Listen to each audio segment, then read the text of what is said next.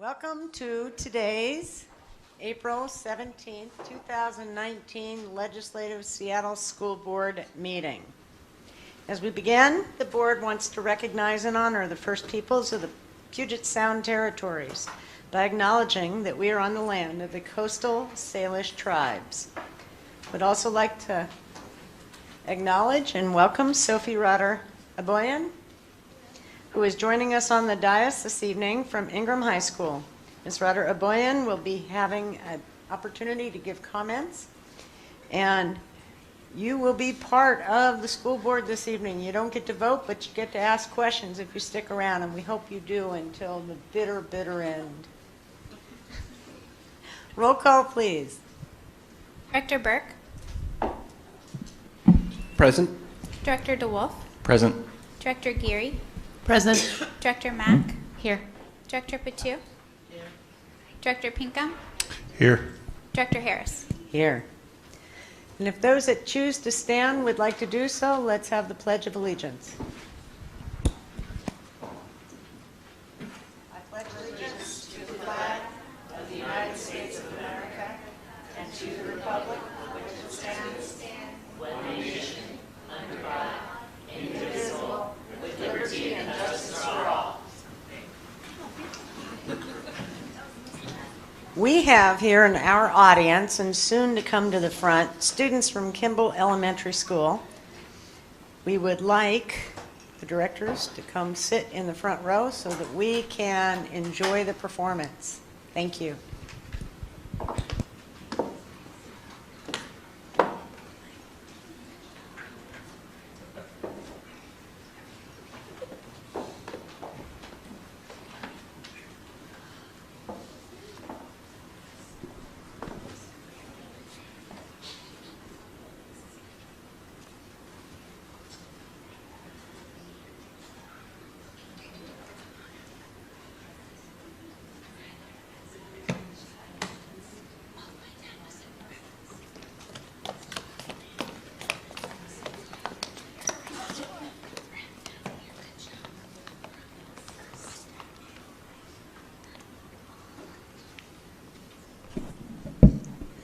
Thank you so much, Board of Directors. We're really glad to be here today. The first song that our students are going to present to you is called Green Apple Tree.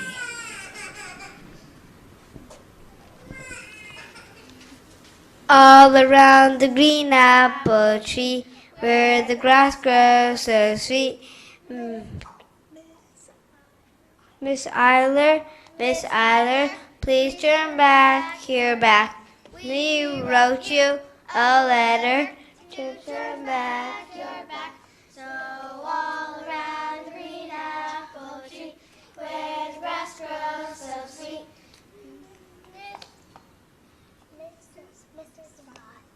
Mr. Spot, please turn back your back. We wrote you a letter to turn back your back. So all around the green apple tree, where the grass grows so sweet.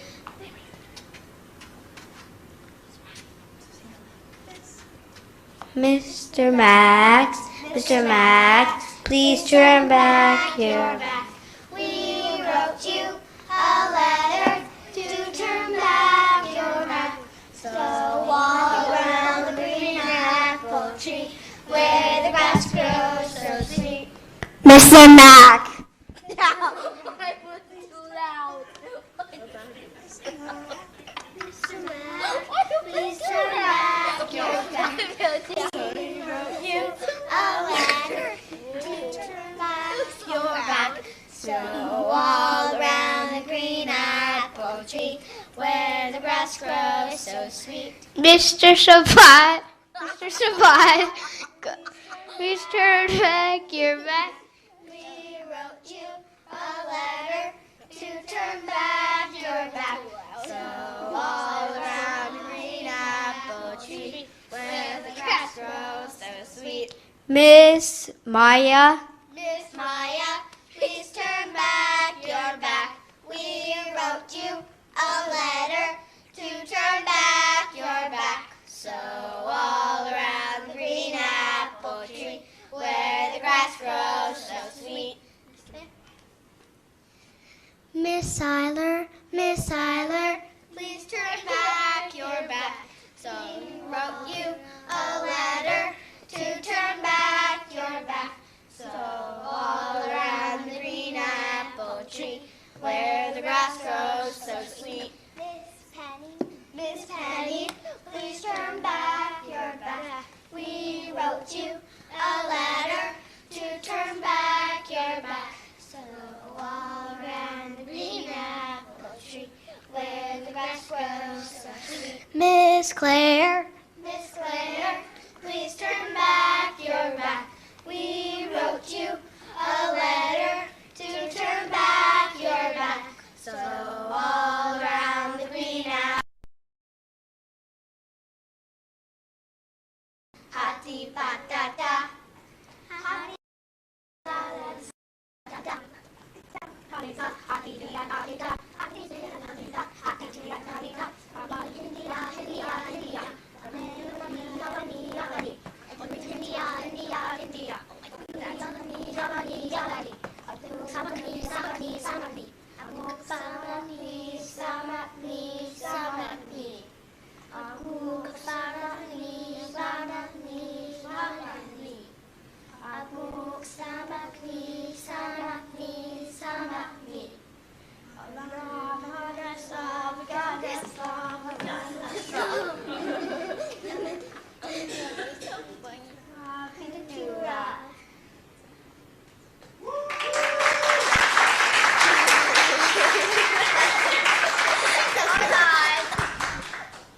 That was awesome. We're going to start with your teacher. Ask her to introduce herself, tell us how long she's been teaching, and tell us how long you've been at Kimball. And then we're going to pass the microphone down, and you're going to tell us your first name, okay? Thank you. My name is Katie. I've been a music teacher at Kimball for 2 years now, and I've been teaching in Seattle for 12 years. My name is Sabat, and I'm in first grade. My name is Max, and I'm in first grade. My name is Penny, and I am in first grade. My name is Either, and I'm in first grade.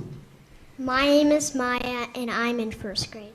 My name is Josie, and I'm in first grade. My name is Claire, and I'm in first grade. My name is Mac, and I'm in first grade. And you all are rock stars. Thank you so much.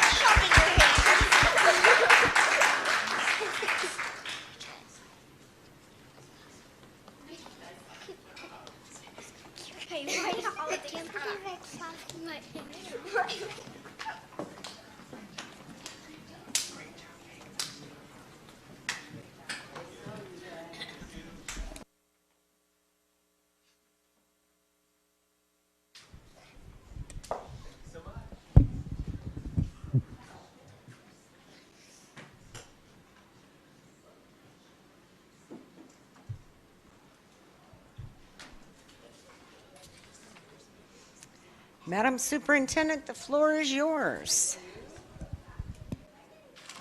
Thank you, Kimball Elementary. That was awesome.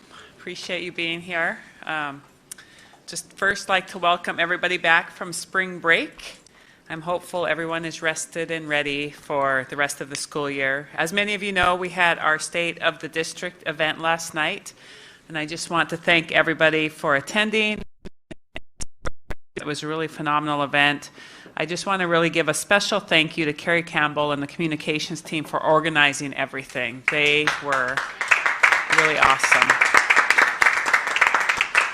I'd also like to thank Seattle Colleges and in particular Dr. Edwards Lang for hosting us, City Year, and the Alliance of Education for their partnership, and the students, of course, who stepped up to share their stories, speak their truths, and perform for all of us. If you were there, it was really nice to see a student-centered event with student voices and things that are really great that are happening across our district, and I couldn't be more proud. I also just want to take a moment to introduce Ronald Boy, who is going to be acting Chief Legal Counsel while Noel is taking a new position, and look forward to working with you, so thanks for stepping up into that role. One of the board's action items this evening is the approval of the Families Education Preschool and Promise Levy Partnership Agreement. And I'm really just so thankful for the voters of Seattle for supporting this work, the partnership with the city and Seattle colleges and the Seattle Public School team of Ronna Boy, Caleb Perkins, Wyatt Jesse, Cashel Toner, James Bush, and Diane DeBacker for their hours and hours and hours of work with the city to get this agreement together. So thank you so much to our staff who worked really hard on getting it done. Seattle Public Schools are so lucky to have you on their team.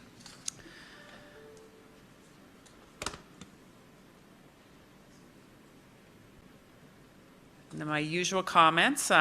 We held our third Student Advisory Board meeting at Roosevelt High School.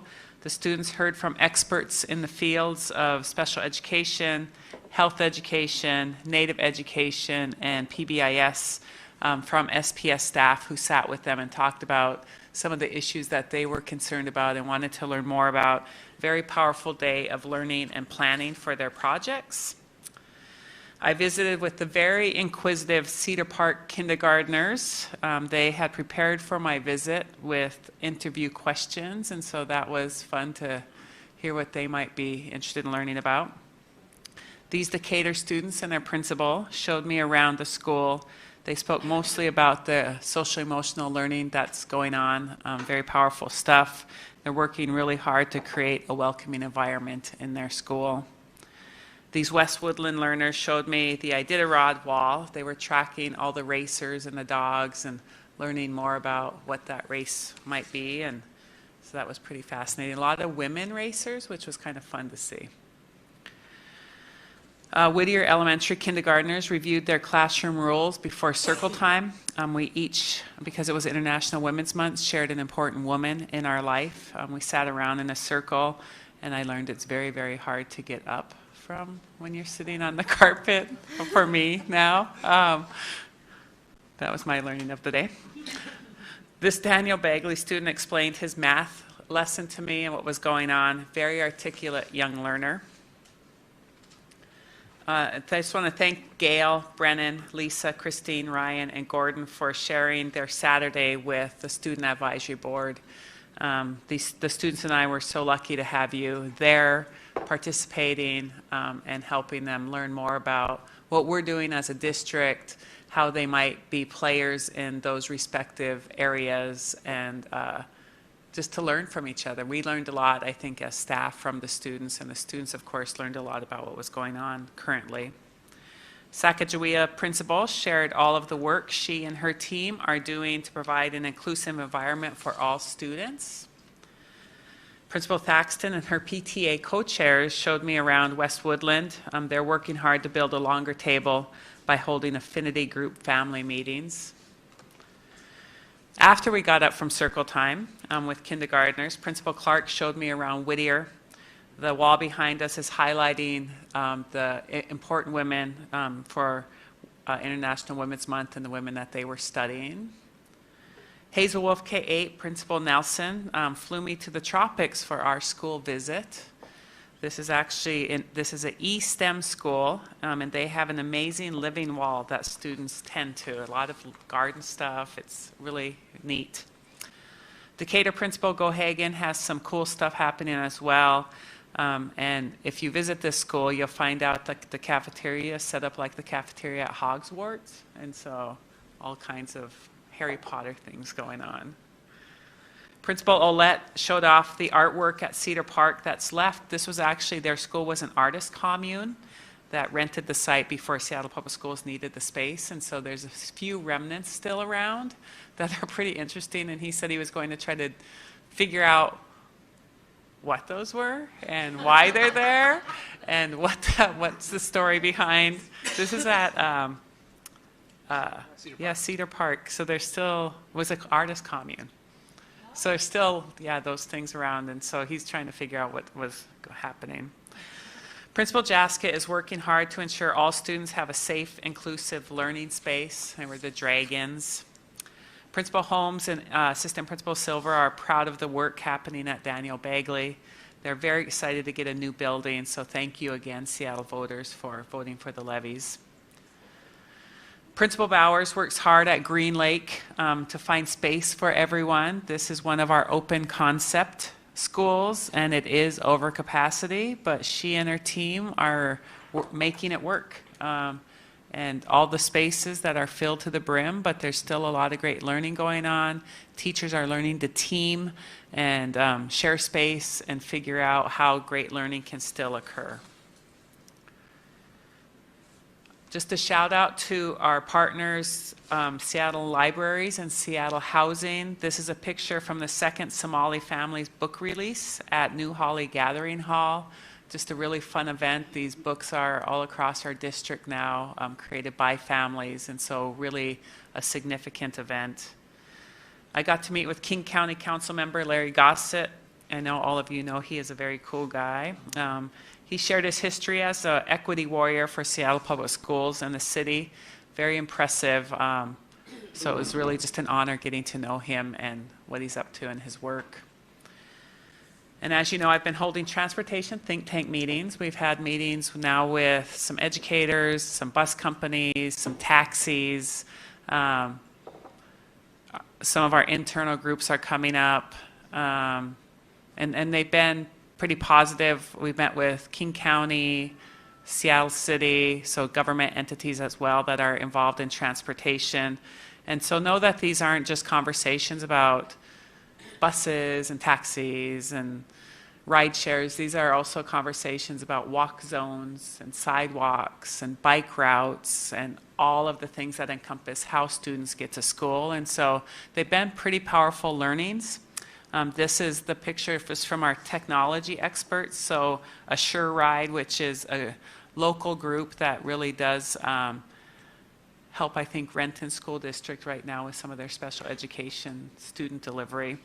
We also had Amazon in the room. Hop Skip Drive, which is a California company that really works, started out with moms at home, sort of doing rideshare, and sort of developed into this company now that is still women focused, bringing women drivers on, developing relationships with families, and just sort of like a rideshare, but all family oriented. We also had Uber and Lyft in the room, Lime Bike, just talking through some big issues, and just want to thank them for sharing their ideas with us. And as I said, we had taxis at an earlier meeting, government entities, educators, and so talking about all of these things have been pretty interesting. And then the breakfast group, as you know, is a great partner to Seattle Public Schools. They invited me to their breakfast meeting where I shared our new strategic plan. I answered their questions, and so I'm really excited to continue our partnership as we move into this new phase of really focusing on African American males. They've been a great partner in that effort, and just look forward to continuing our partnership with them and the many others who help us out. So thank you, Madam President. Okay, next up is committee reports. Who would like to go first?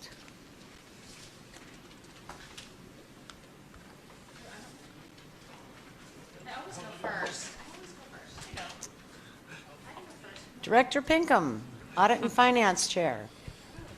It's like I only hear people. I don't want to go. I don't want to. Yeah. So I'll go first. No, I'll pass it off to Jill, I guess. Instead, no. That's Cloud. Good evening. I'm Scott Pinkham, Chair of Audit and Finance. Just want to give an update of our upcoming meeting on Monday, April 22nd. Spoke with Julian Berge on what we're going to be doing on that day. We have 5 bar items coming up on Monday, including the amending Board Policy 505, employment, that deals with our volunteers that may be in our schools, a gift from the Smith Brooks estate. We'll discuss that because it actually is something of over almost $700K in value. The Kids in the Middle grant, the National Foundation, again, they're continuing to give us money. We appreciate their support. So that bar hopefully will come flying through this committee. Also have bar for a PTSA actually gift that exceeded the 250K. So good to see our PTAs are able to raise that much money, but it still brings up the issue: how can we make sure it's equitable for all our schools? What can be raised? The League of Education Voters also continuing a renewal of a grant for us, so that'll come forward to us in a future executive board meeting here. Special attention items, just information about some contracts that'll exceed 250K. Getting ready for, unfortunate with our current budget, that we are ready for any rifts that may occur. We did add another item. We will, for information purposes, talk about PTSA and other types of grants that schools may get for information, so we are aware of money that schools are bringing in that might necessarily come to our attention. Also discussing our minimum balance per policy 602 and our big sheet, as we call it, as we have a work plan for our audit and finance. So encourage people to come out there, because I think this meeting will definitely have some stuff that you'd want to hear the discussion about and enjoy the, hopefully, meeting. I find them enjoyable. Checking out my other notes, make sure. But again, that next meeting will be this coming Monday, 4:30 to 6:30 in the board conference room. If you make it, hope to see you there. Katsiaya, thank you. Director Geary. Okay, for CNI, our next meeting will be April 23rd, also in the board office, 4:30 to 6:30. We have a packed agenda with a hard stop at 6:30 for non-committee member board members that want to attend. We'll be looking at the highly capable. I'm just letting you know up front, I'm going to be keeping it to schedule. But I've made changes to the overall agenda to allow for discussion all the same. Okay, so we'll be looking at the highly capable annual report, and I'll remind everybody that this is the report that we send to OSPI as a matter of routine, and we have seen it over and over, and it always brings up a lot of issues around our highly capable cohort placement and within the district. But this is just an annual report that we send to OSPI and is not a reworking of the HCC program. I remind everybody of that because it always generates a lot of discussion, but we do have a task force around that issue now that is resolving and working on those issues for us so that we don't necessarily need to do that around the annual report. We're going to see the return of the Satterberg Foundation grant, so that's always welcome and a bright spot in our day. We're going to be moving forward on 2024 out-of-district credits and credit recovery. Again, a thank you to Director Mack for her input, and hopefully she's had a chance to look at those things, and will get back to me if there's anything further concern. Okay, we'll take a look at it because your edits have been considered and adopted. Then we're going to be discussing moving forward on our science adoption. So we've had a lot of discussion around that, and I know we're getting a lot of correspondence as well. So we are moving it forward, and so that is one of the discussion points, and I know it will be one that will generate a lot of discussion again. Under our special attention items, we'll be talking about since time immemorial, which we know because we have not moved forward on policy 2015 in amending our policy around the adoption of instructional material. There'll be some discussion about whether or not we will make sure that that is in place for next school year through a resolution process. We know that that's not the desired methodology for curriculum adoption, but we're an attention point of making sure that this important curriculum is implemented as quickly as possible, and also that we produce a really good result on a very important policy. So then in terms of standing agenda items, we'll be taking some, I did find some time there. We're going to get a brief update on 24 credit and secondary revisioning, as well as the Spanish instructional material update. And board policy and procedures, again, we'll be looking at student rights and responsibilities. This is something that comes up pretty much annually, and we always look to make small changes that for better, but not a major overhaul at this point. We'll talk again about 2015, instructional materials, how to move forward on that, and then more regularly scheduled things, equitable access quarterly report, and our tech plan will be a brief introduction with more to follow. So to the extent that on the tech plan that you'll want a more lengthy discussion, there'll be opportunities in future meetings. So that's what we got for CNI, and I'm going to let Director Mack talk about the legislative updates. Director Mack, Chair of Operations and Legislative Liaison and FEP Rep. Can I ask a question first? Of course you may ask a Thank you. question. May I ask?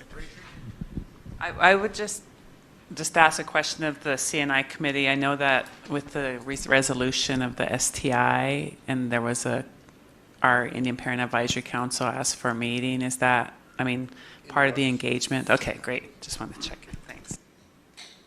Since we're asking questions, I've got one for CNI as well. So can I back up on that? And Please. Director Burke, could you make a little bit more, because I put this on the agenda for discussion, could you make your response more clear to the audience so it's a little more transparent about what your response meant?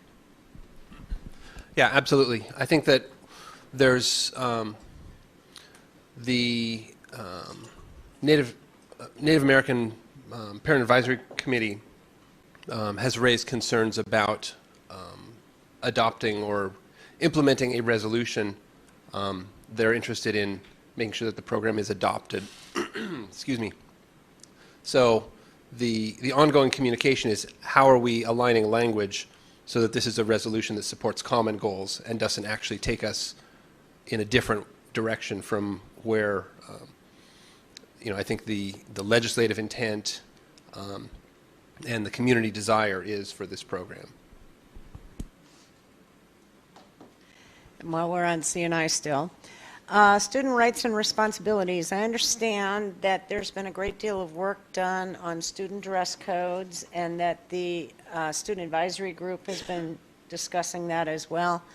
Are we going to be ready to present that for student rights and responsibilities before the next year? And would acting general counsel, soon to be, or are you now acting? Cool.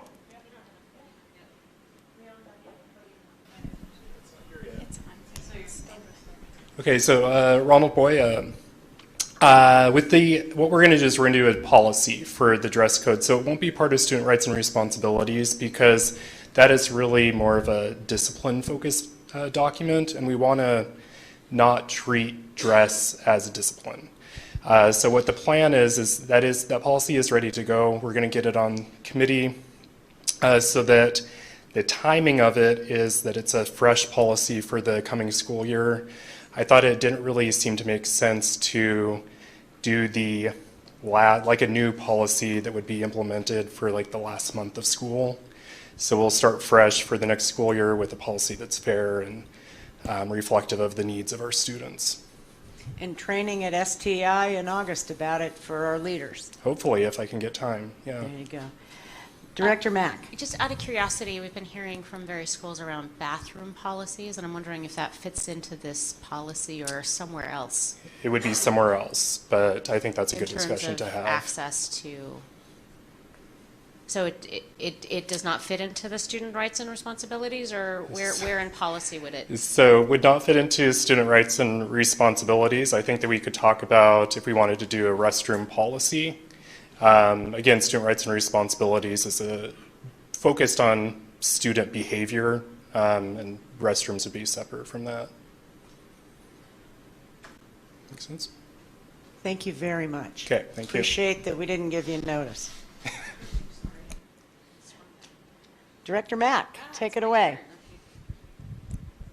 Well, thank you. I'm going to not talk about my the FEP LOC liaison role because we're going to be talking about the partnership agreement in a bit. So let's see, starting off, the legislative update, there's less than 2 weeks before they're supposed to finish. April 28th is when the legislature is supposed to finish their work and be done, which means these last couple weeks are actually a bit crazy.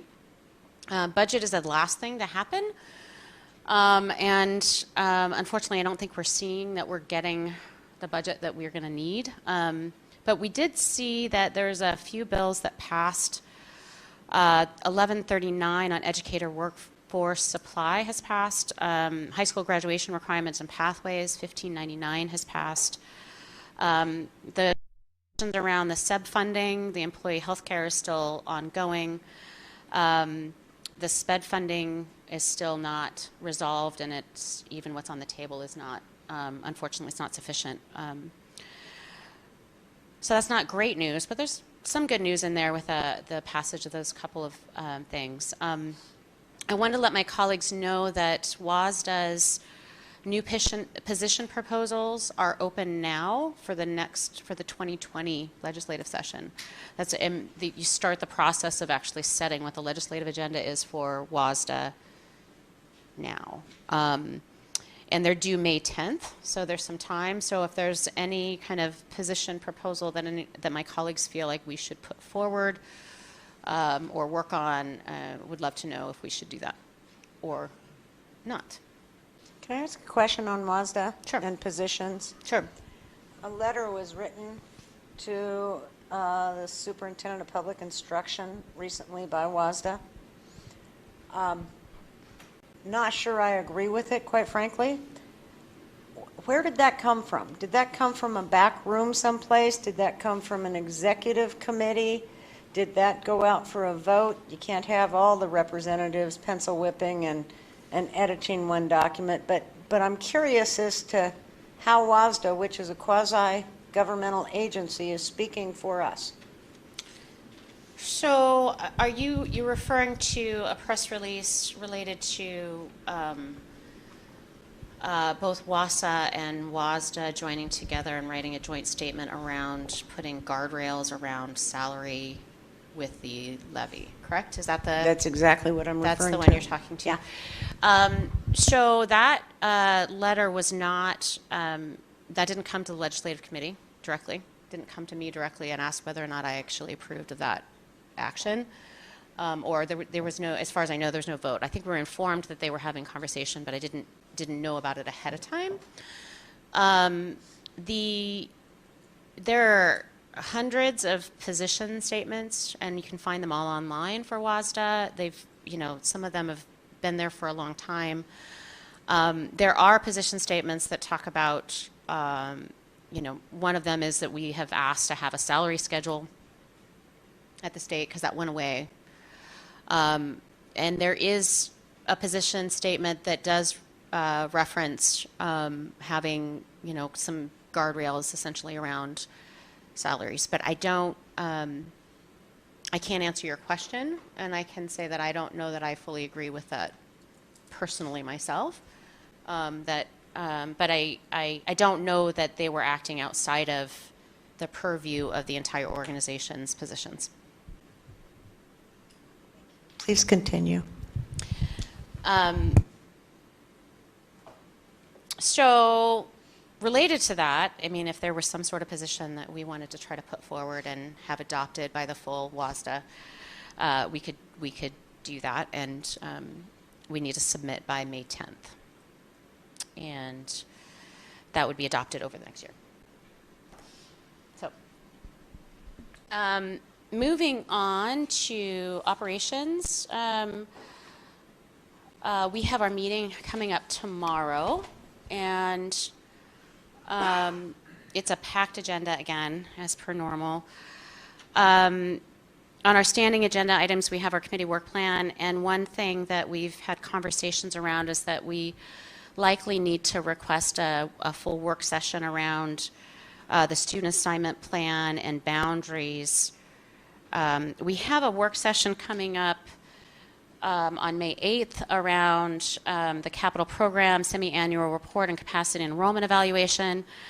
And I don't think in that one we're going to be able to get to the conversation of what proposed changes are on the table and what community engagement's been going on around the needed changes for the next cycle, because come the fall, we end up voting on the new student assignment transition plan, and that those conversations with the communities around the boundaries and program movements and that kind of thing is, kind of ongoing now. So I think that it might be helpful for us to have a work session related to that in early June or late May, if that's possible.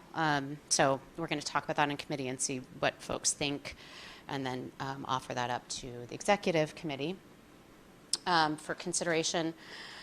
Under special attention items, we did move things around, so we actually have special attention items coming underneath our standing items. So we have the Beck's BTA Oversight Committee Semi-Annual Report. The chair, John Palewitz, is going to come and talk about the work that they do. Mr. Richard Best is going to talk about the portables plan that's ongoing. And to Superintendent Juneau's point around the think tank work that's been going around the transportation, Fred's kind of going to give us an update around what's been talked about, and where things are, and what's happening with that conversation at this point. So I appreciate that there has been work going on to look at our transportation issues and kind of move some things forward. We're going to hear from Mr. Scoura on water quality and what the district is doing to respond to some concerns around some of the faucets around the district. There's an article in the paper a while ago, and the district has plans and is moving forward to make some improvements, and so we're going to hear about what that is, which is great. We have several construction-related board actions. E.C. Hughes, Lincoln High School, Blaine K-8, Roosevelt, Ballard, and West Seattle. And then we're going to have some board policy discussion around 3 WASDA model policies that have been suggested. Mr. Boyd is going to present these. One is on the notification of juvenile offenders. So that'll be an interesting conversation. And then unmanned aircraft system and model aircraft. This is kind of a curious one to come to us, but it's been, it's strongly recommended that we need to adopt this, and as well as surveillance cameras. And I think that that's probably, if we don't have something around surveillance cameras and what our policies are on privacy, it's good that we get that in place. So that's great. And then we're at the end of the meeting, and hopefully we don't run late, and we might.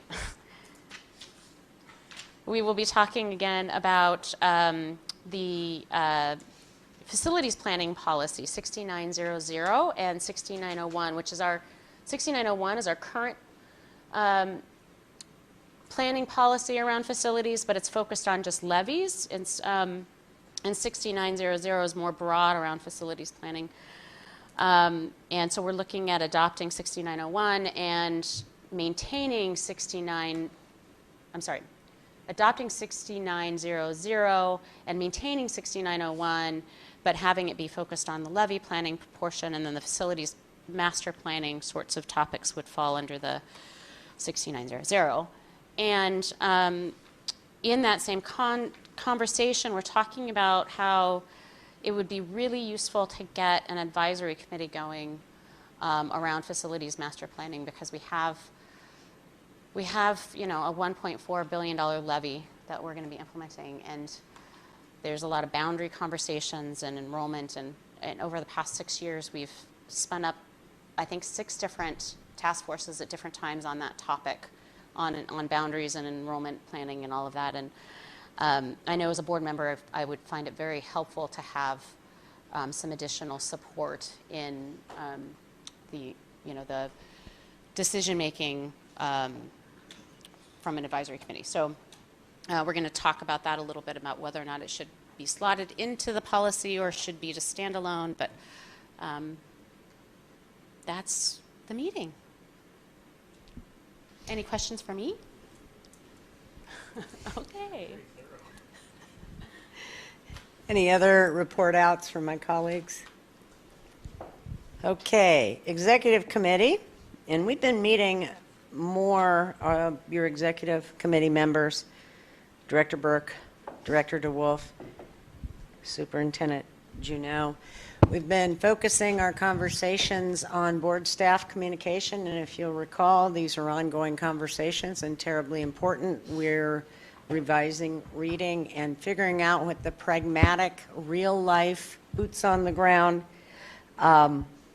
consequences are of those policies, and trying to be collaborative and strategic and creative as to how we keep this ship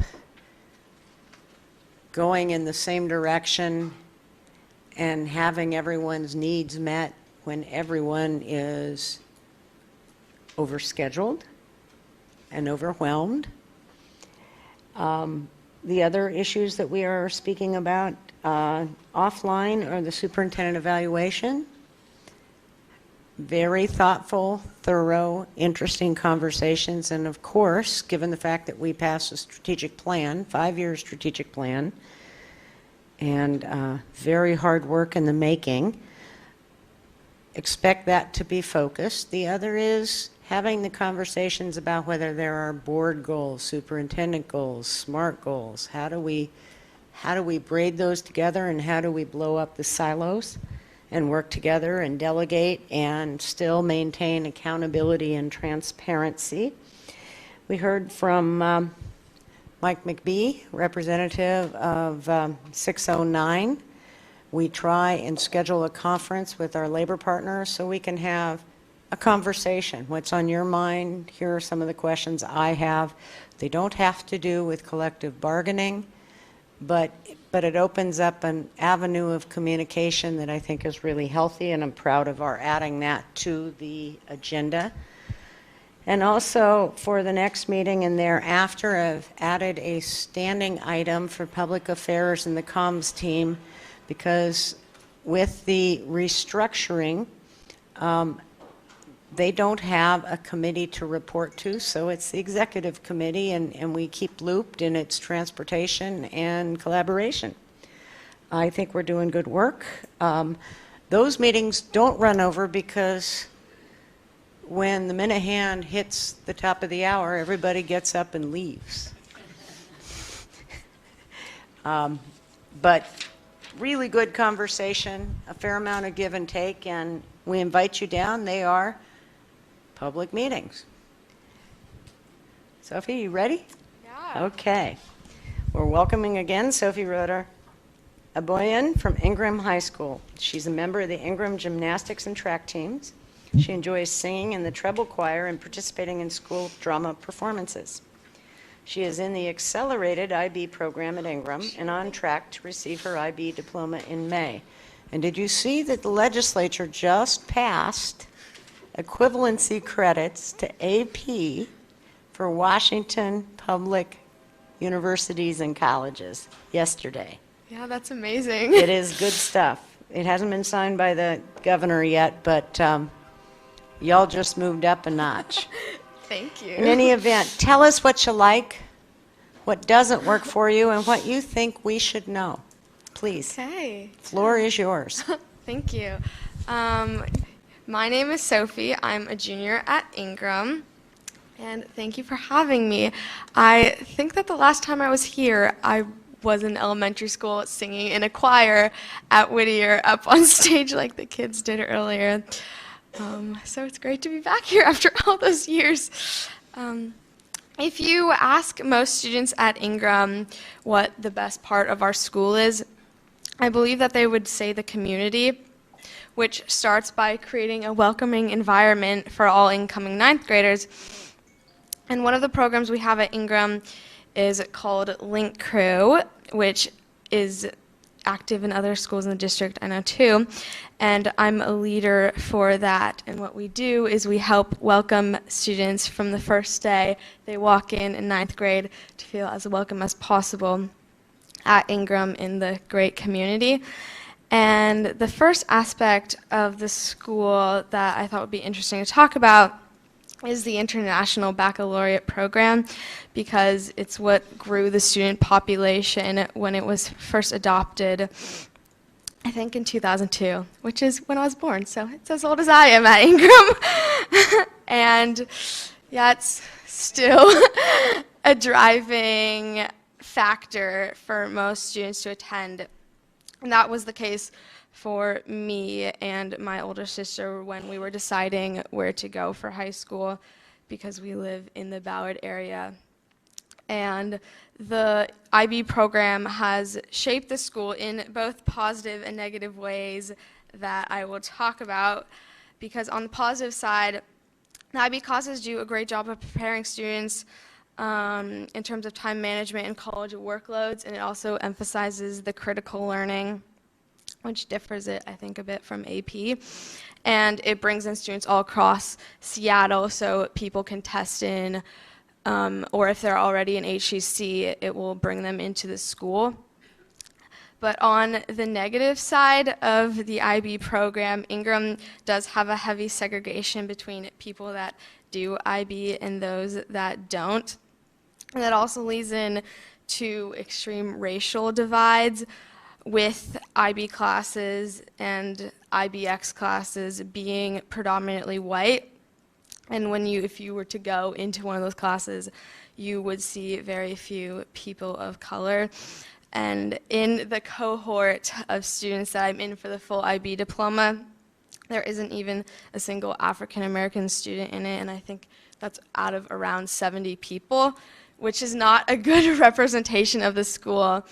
And this higher academic program doesn't reflect the diversity that Ingram actually has. And to further this point, the racial divisions exist in other areas as well. I am a part of the theater program at Ingram, which is also predominantly white and predominantly female, which is, I know, common of most theater in high schools. And actually in my freshman year, there was an extensive effort to try to diversify this, because we did Hairspray for our spring musical, which was the first show I did there. But since then, the class has basically returned to an almost white group of students, which obviously is not good at all, and we want to bring in as many people as possible. And Ingram's school motto is, "It's a matter of pride," and that we have an acronym for that, and the D in that acronym stands for diversity.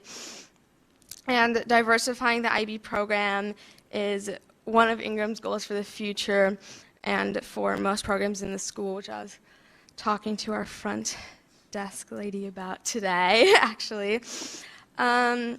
One of the main ways that students in different academic programs can meet each other is through athletics, clubs, elective classes, other activities. And I have loved getting to know new people through the activities I chose to do, which I said earlier, these are the same ones: gymnastics, track, choir, and theater. And it may be generally thought among students at Ingram and other high school students that Ingram is not that good at sports, but we do have some of our own successes. In fact, our boys varsity ultimate team won state this year, which is pretty cool. And a girl from Ingram won the 100-meter hurdles in track last year. And these accomplishments probably aren't known as well because they're not part of big sports such as football and basketball. But of course they matter just as much as any sport.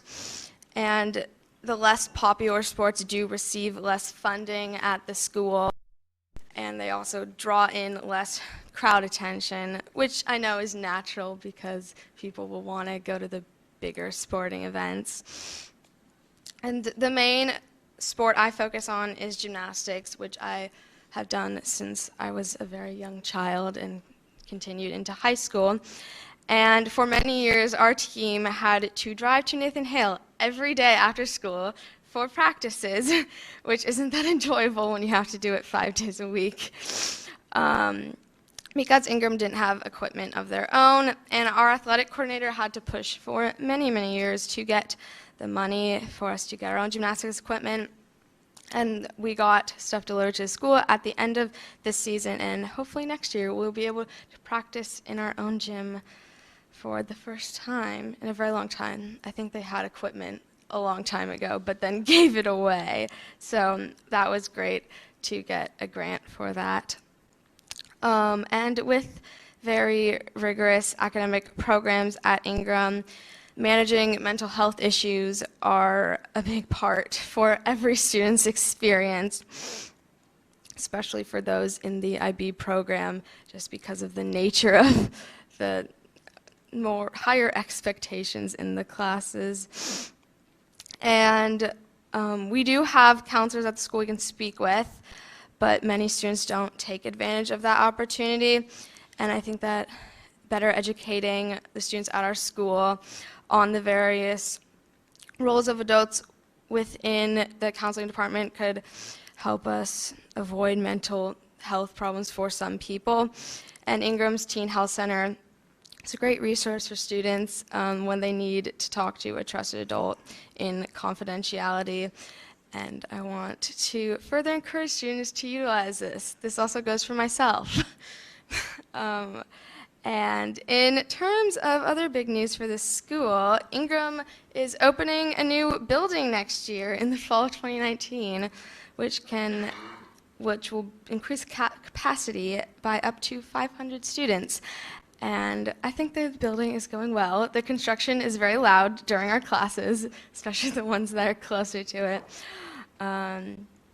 But we look forward to seeing that next year. Yeah, that's all I had planned to talk about. So if anyone has questions, feel free to ask me.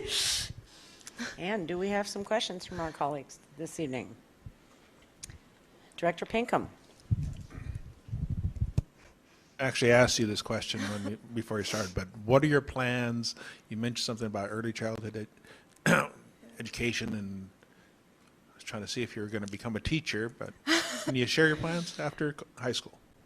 Yes, I plan on going to college and hopefully majoring in psychology or something in the neuroscience field, because that's what I'm interested in. And the reason why is because I want to work with young children when I'm older, like in early childhood development or education. And I even have a job now at the little gym which works on developing gymnastics skills and social emotional learning of young kids. So I want to keep working on that when I'm older, maybe become a teacher. Okay, make sure you stick around for our first business action item, because we'll have the folks from the Seattle Department of Early Learning and Education here, the Seattle Pre-K, nationally renowned program, and you can probably hire yourself a mentor. Okay. And we'll back you up. Thank you. Back you up and point you over. Thank you so very much. Jill, Gary, please. Well, thank you for coming and speaking, and I wanted to thank you for recognizing in your schools some of the issues around the lack of diversity in the programming. That's something that we're taking very seriously. And I'm going to ask you this, and it's okay if you don't know, but I'm just going to ask you to create a little bit of awareness around it. And that is, in attempting as students to increase the diversity in something you do have control over, maybe the club level, is there anybody in your school, or is there anywhere for you to go in your school to get help on how to do that effectively? Because I think, being given the task to bridge a divide when clearly what it is that you're involved in is not already enticing people in can be a really hard thing to do. And so where would you go in your school for that kind of help? Or do you not know? And would you like that kind of help to be available?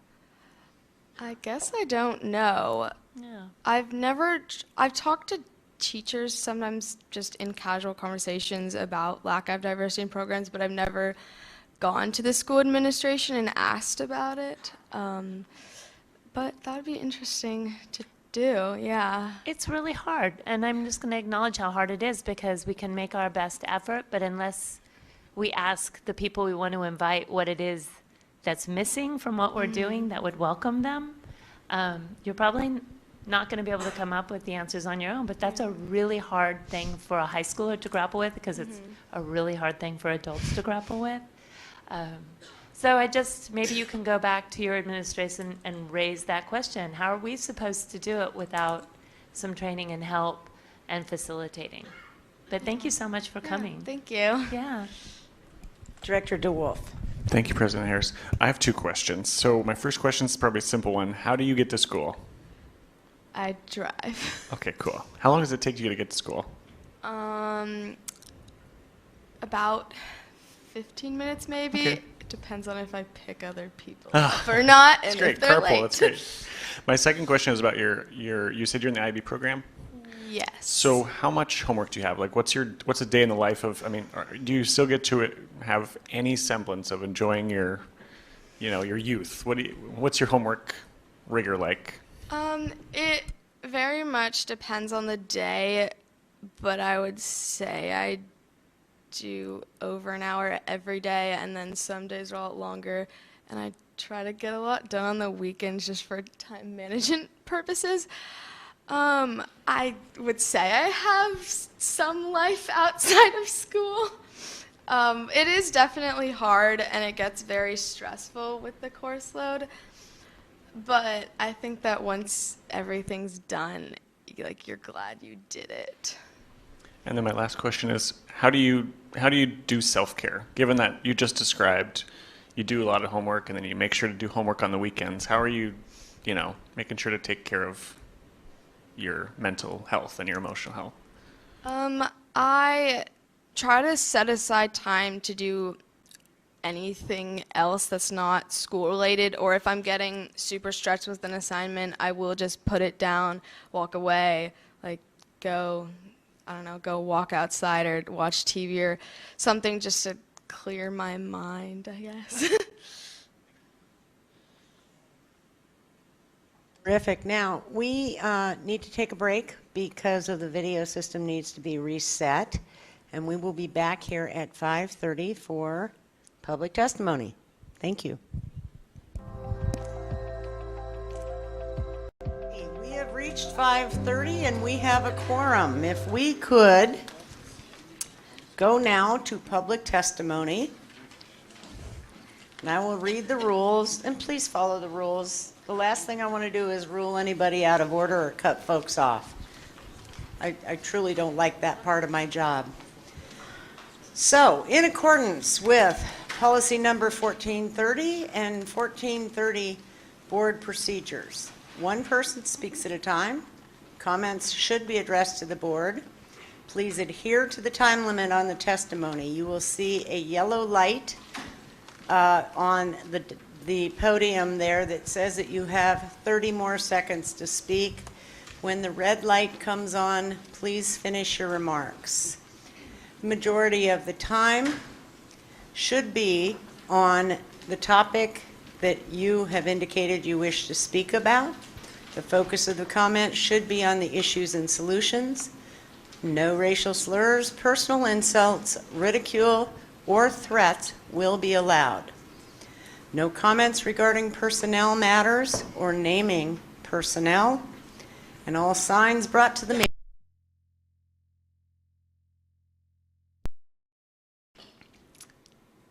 Hi, my name is Abigail Levin. I'm the parent of a kindergartner and a third grader who attends Seattle Public Schools.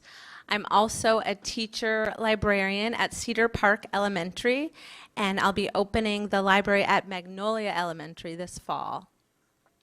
On behalf of SPS librarians, I want to express gratitude that you've been hearing the many voices speaking out in favor of full-time libraries. We know that these decisions require much thought and time and effort, and it's not easy. So we're grateful and for your continued ear. Thank you so much. To collect more voices on the impact of our school libraries, I launched a zine project called Library Love Letters, in which we invited students and families to respond to the prompt, "What does your school library mean to you?" Since February, we received over 150 submissions, and they keep coming in. We're releasing issue 1 just today in honor of School Library Month. You are among the very first and the few to own a printed copy of these limited run publications. When you find yourself with some free time, or maybe even now, feel free to check it out. In it, you'll notice some of the themes that we've already been presenting here: reading advocacy, social emotional safety, community, equity. You'll also see how libraries are becoming ever more dynamic learning hubs, with librarians taking advantage of new technologies and strengthening community connections to make learning engaging, relevant, and inspiring. What we're hoping you'll continue to notice is that libraries are not what they used to be. They're still a safe space in the school and a place to fall in love with books, but they've become much more. We hope you'll continue a path toward full-time restoration, not just for the 24 that are currently in question, but for elementary, who's been waiting for over a decade. We love our jobs. We believe in libraries. We believe in students. Please help us serve them completely. Thank you.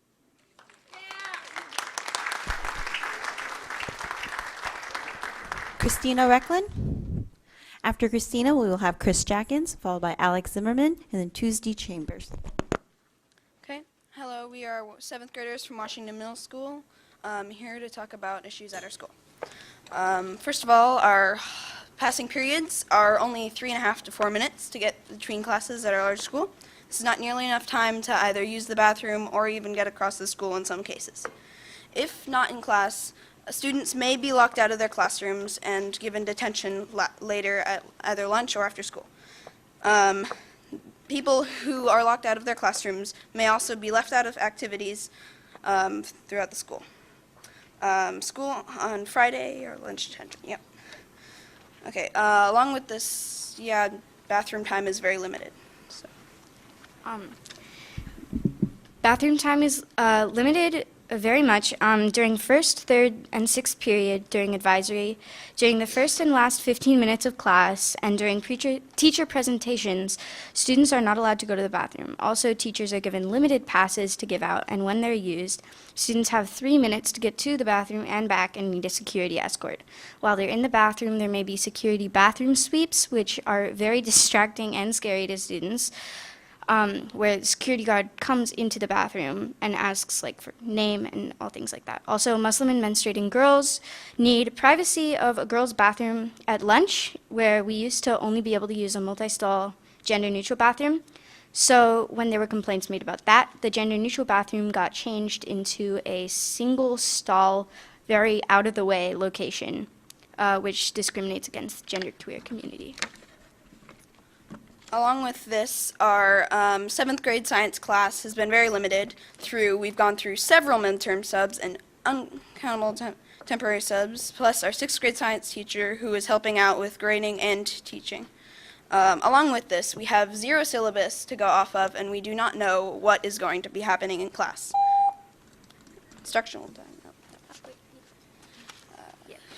We've also lost instructional time to unqualified and inconsistent subs.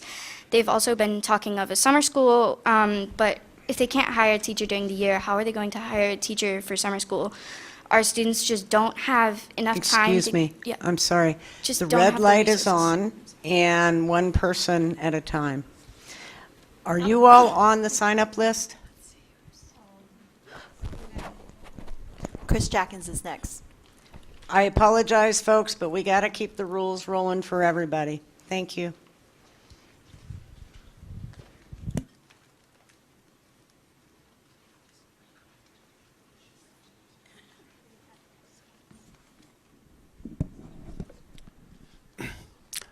My name is Chris Jackins, box 84063, Seattle 98124. Nice job, Washington. On the personnel report, the report notes the retirement of Peggy McAvoy, Executive Director of Operations. I wish to thank Peggy McAvoy for her service, for handling difficult situations for the district, and for her efforts to improve Seattle Public Schools. On the resolution on U.S. government contracts, 2 points. Number 1, this resolution is only required if the district wishes to purchase supplies from the U.S. government without calling for bids. Number 2, waiving requirements for bidding could affect small, minority, and women-owned businesses. Please vote no. On the Eckstein project, what qualifies the project for this grant? On the Garfield field lighting contract, Virtually all use from 7 p.m. to 10 p.m. is non-school use, which impacts school neighborhoods. Please amend this action to prohibit non-scholastic use after 7 p.m. On the $31 million Wing Luke construction contract, 2 points. Number one, the district already demolished a $6.4 million addition that was only 13 years old. Was flushing $6.4 million down the toilet, part of supposedly being on budget. Number two, Wing Luke bids previously came in well over budget. The district said that there was no need for the proposed capacity for the next 10 years. Please vote no. Consult with neighbors, not just the district bureaucracy that lost the $6.4 million. On the loss of trees at Queen Anne Elementary, the district appears to be violating the law. Please intervene. Thank you very much.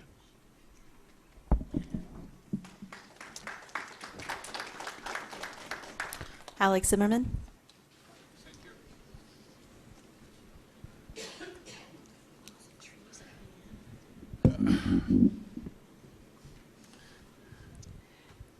Mr. Zimmerman?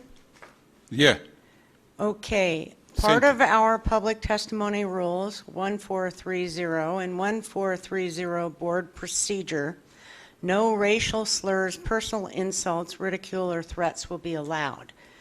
The Heil Hitler salute and your star with the word Jew on it could be considered that. Would you be willing to take that off and cease giving us the Hitler salute? Thank you very much. When you give me time, I explain to you. It's exactly what is I come. You have 2 minutes. Yeah. It's exactly what is I come. And you right now want a discussion. I explain to you. This is not Hitler salute. This old Romana salute, what has come from a Romana Empire, and everybody knows this.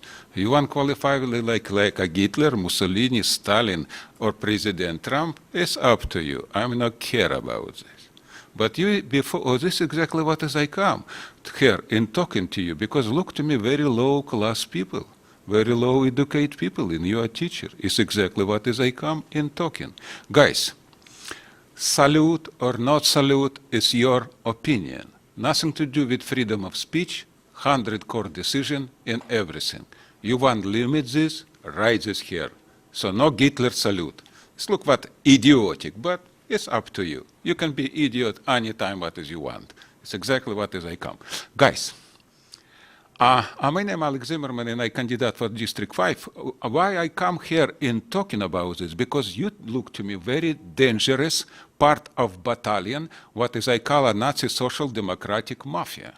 For 30 years, what is I live here, I try to understand how Excuse me, sir, that is an insult, and you're breaking the rules. I don't understand what is meaning social. Nazi, socialist, communist, Democrat, and Republican is not equal.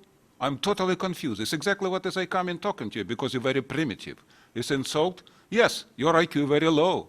What is I can do? I explain to you. Nazi socialist, Democrat, Republican, communist, anarchist is a civilized conversation. You don't with in 1998. That was the Fox kits and the Carolina school kits as well. I was very surprised to be receiving curriculum that was 16 years old. Fortunately, we have an opportunity to have new curriculum for our students. There was a process through the science curriculum adoption team. They did a very great process over a year. They presented to you. I know that Superintendent Juneau endorsed this process. They had lots of community members involved. They did the process with fidelity, and they made a recommendation to you. I am imploring you to make a decision on the science curriculum moving forward.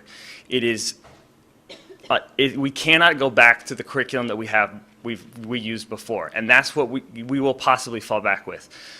The new curriculum that is aligned to the next generation science standards is valuable. It's going to prove it's equity driven, it's going to reach all students, and it's really important that you make a decision and follow the advice of that committee. Thank you.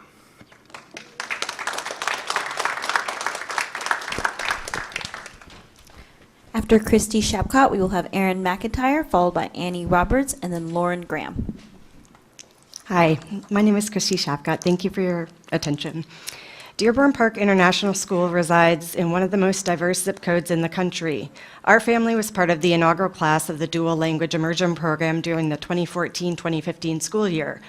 Those kindergartners will be fifth graders next year, and the immersion program will finally have rolled up to include all the grades at the school. During our time at the school, we've seen a steady decline in enrollment. Some of this is attributed to students moving out of town or switching to private schools. However, Dearborn Park's attendance area boundaries are quite small in comparison to neighboring schools.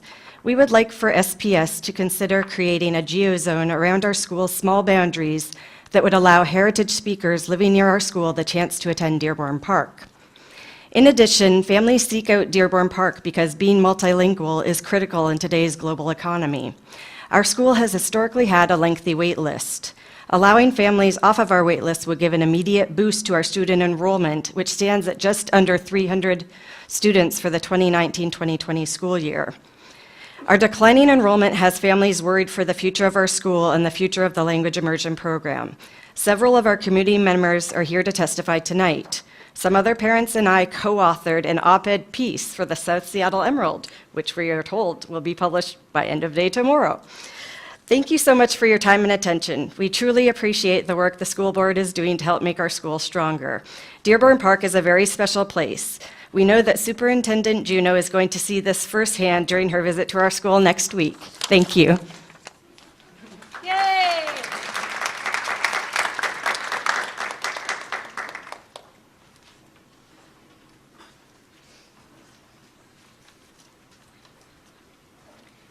I'm Erin McIntyre. I yield my time to Lul Abshir. Good evening. My name is Lul. I would like to bring to your attention that I am representing the Somali families, and I would like to set up a time with Ms. Juno next time. I have a 7th grade daughter, and I really appreciate these 2 young children, the points that they talked about. So I'm not going to talk about the bathroom because they already did that. I want to let you know I have 1 child, and I care about her just like you care, all of them. And I wanted my daughter, she had no advisor, and it's really challenging. So I feel the climate and the administration at Washington needs a great leader. It needs to move forward. It needs to wake up. It has the money. What are we doing? Why are the teachers suffering? Why are the parents not welcome to do any activities or parent volunteer allowed? It's really challenging. We have a multicultural night tomorrow night, and I have not received a phone call. There's an email, yes, I understand, but the email is not here yet. It's covered under this table. Can you see if I put this pencil here? No, you can't. So it's really important that we are represented, people who speak different languages. I have an accent, but I do speak English, and I understand. I am wearing a hijab. I understand that. It's welcomed. And I understand that there's a lot of new faces. But those new faces, they have the teachers, they have the parents, they have the students. And that's all we need to take care of. And I'm not going to take about the bathroom. I have a parent who told me, my daughter has an infection. My daughter just got her period a month ago, and she can't even use a bathroom. She has to go to where the boys are. It's really challenging. It's not good for my culture. It's not good for my thing, just to go to the bathroom and change her pads. And she's even new to this. So I hope you can make a difference.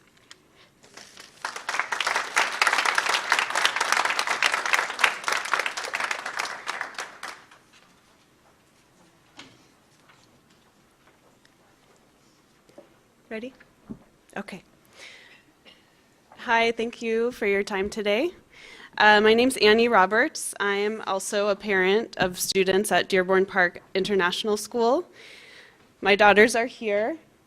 Aiden Tensai is in 1st grade, and Maya is here. She's in 3rd grade. I also share the concerns that Christy has about our declining enrollment.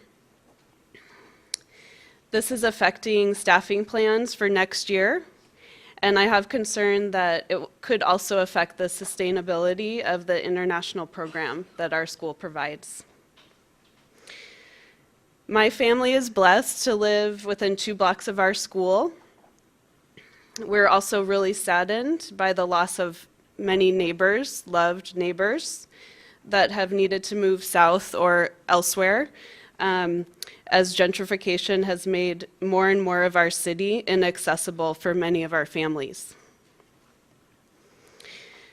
Dearborn Park enriches our community not only by supporting children in becoming multilingual, but also by offering a learning environment where students' cultures are seen and valued and celebrated. All of us appreciate your attention to this issue. We want to offer a few ideas, and you may hear them repeated.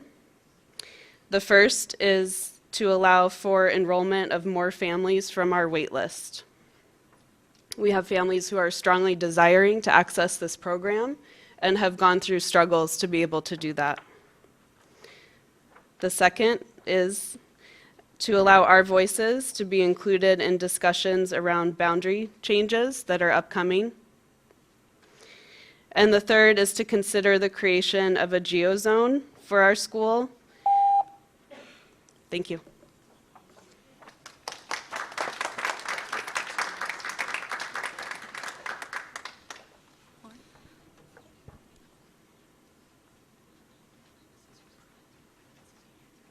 Hi, I'm Lauren Graham. I'm going to cede my time to Paul Martin. Thank you. I'm a parent of an African American in 2nd grade at Dearborn Park International School. He's learning Mandarin Chinese because I think it'll create more opportunities for him when he's an adult. And we know that young African American men need as many opportunities as they can get. We feel we want to keep him there. We don't have to keep him there because he's also qualified as highly capable this year and could go to Thurgood Marshall. But we feel the learning Mandarin Chinese will give him more opportunities in life than going to participating in the highly capable program. And we've been very happy with all the teachers we've had at Dearborn Park. I want to describe also a long-term problem that's going to occur in South Seattle because there's only 2 elementary schools that have language immersion programs, Beacon Hill International and Dearborn Park. And if our program doesn't survive, there's going to be fewer students fed into the Mercer International Middle School and the newly designated Rainier Beach High School. Both these schools are going to be torn down and replaced with brand new buildings in the next 5 years. It's part of the budget that passed. And I would hate to see the AP language programs at those schools not have enough students in their Spanish and Mandarin Chinese classes, because that's where those students are going to come from Beacon Hill and Dearborn Park. So we want our international program in South Seattle to be just as strong as it is up north and in West Seattle. Thank you.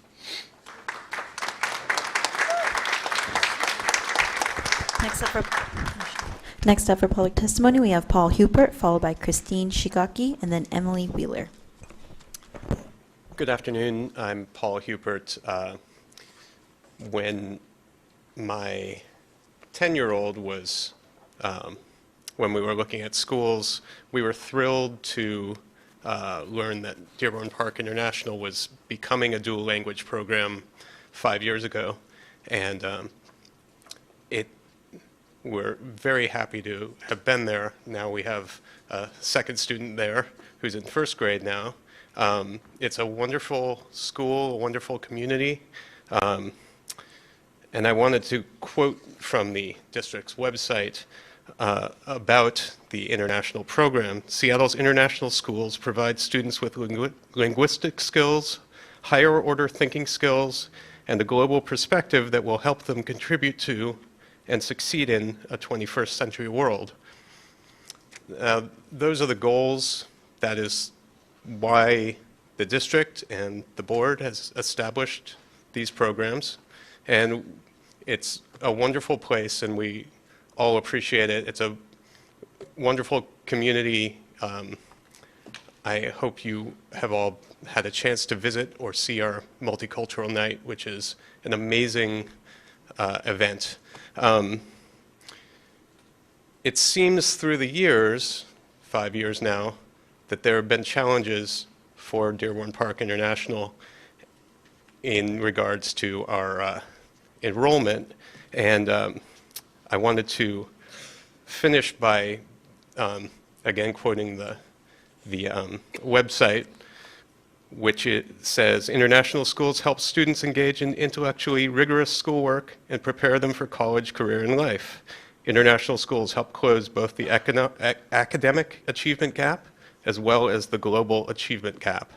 And I'd like you to consider that and think about the ways that you can support our school in our enrollment problems that are ongoing and keep our program strong. Thank you.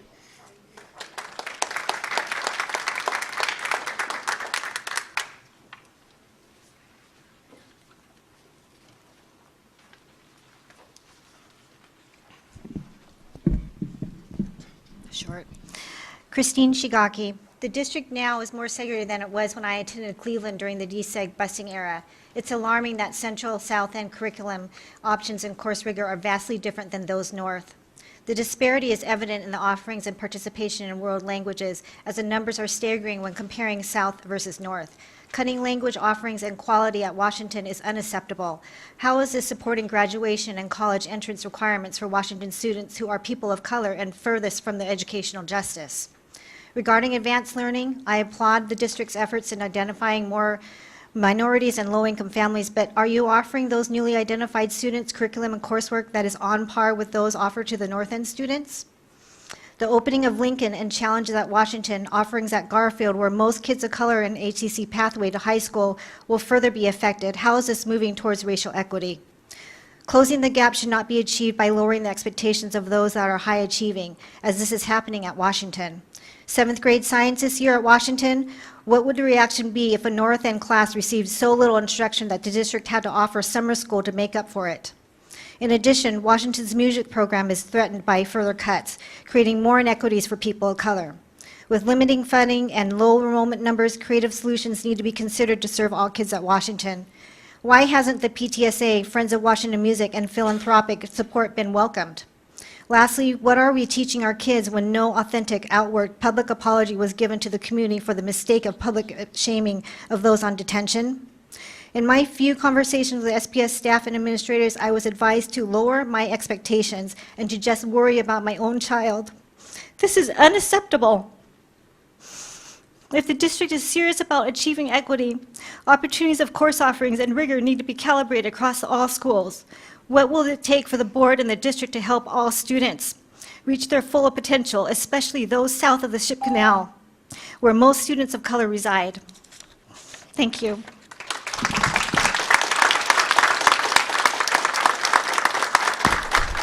After Emily Wheeler, we will have Brian Terry, followed by Rebecca Weinkoop and Jennifer Villanova.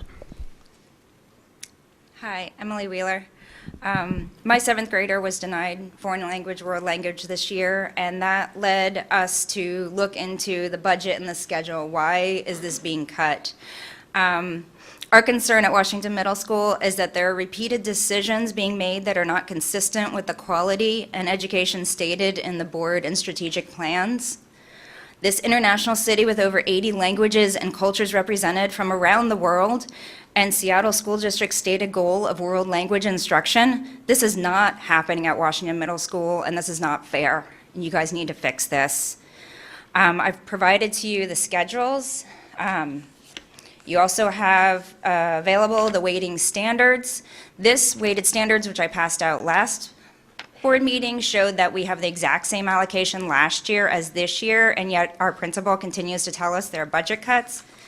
If you look at the schedules, we've provided Fulmer's schedule. I don't know if these were the final ones. These were the ones given to me by a teacher. You can see that the schedule from last spring kind of made sense. Teachers had classes, you could follow it. Teacher taught 7th grade, 8th grade. It was very clear. You look at the two schedules, and the red notes on there are mine. I highlighted it. I've spent some time investigating this because I can't understand it. There are all sorts of teachers either unassigned, to be determined. There's a teacher this quarter who only has one social studies class, and the rest she's teaching other duties. It's chaos over there, and we need your help. Superintendent Juneau, we need to meet with you. We really need to figure out what's going on. It's just completely unacceptable. You guys are not closing the opportunity gap on the south end. Washington Middle School is one of your core schools, and you are just letting a mess happen over there. We need your help. Please, look at these schedules. This is just an example of the chaos. I don't expect you to understand it. It's chaos. Thank you.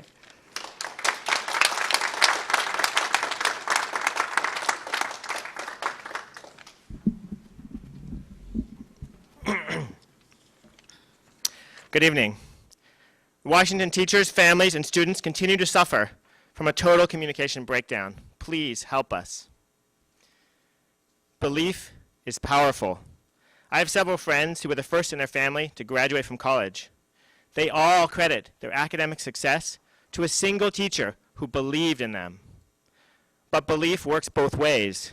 In our schools today, a white student is 20 times more likely than a black student to be identified as highly capable.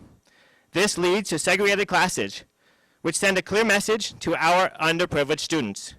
We do not believe you are capable. In fact, our identification process rejects almost all underprivileged students because we do not believe they are capable of succeeding in the program. It is true, relative to their peers, underprivileged students face many more obstacles, perhaps the biggest of which is our failure to believe in them. This is an obstacle we must eliminate today. We don't need to wait for a policy change or a task force to tell us to believe in underprivileged students. If we believe in them, we will see the many ways in which they are highly capable, why they do deserve our support, how our program will benefit them, and how we can make it work for them. Please ask staff to believe in and identify highly capable underprivileged students so we can send a new message. We believe in all of you. Thank you.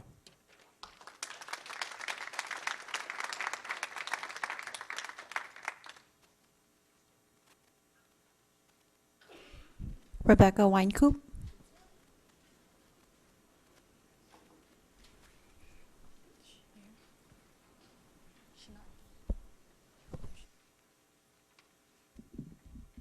Hi, I'm Rebecca Weinkoop, and I'm going to cede my time to Laura McGinty. Hi, thank you for giving me the opportunity to speak to you. I've worked at McClure, Meany, and now Ballard High School. I've had the rare experience and privilege. State your name again for the record, please. Thank you. Laura McGinty. Thank you. Okay. I've had the rare privilege to teach students at middle school and then again when they are in high school a few years later. As a science teacher, I know that one of the primary measures of student success is literacy.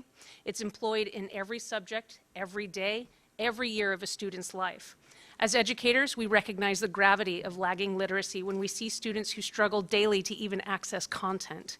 The expectation for students in middle and high school especially is that they can access and learn that content from informational text at grade level.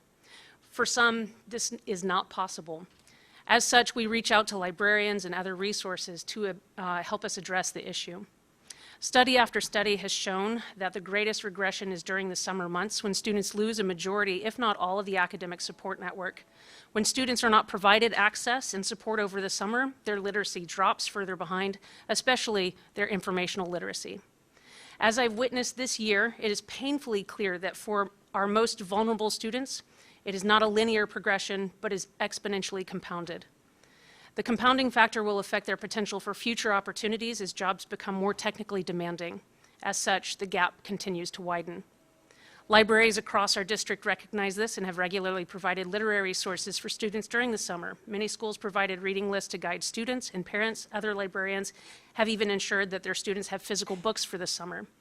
It is arguable that our budget reveals our morals. The focus is not saving librarians, jobs, or budgets. This is a matter of saving access to literacy, which we all know is fundamental to opportunity. If we even want to breathe the word equity, we must start here. It's the debt that we owe our students. Thank you.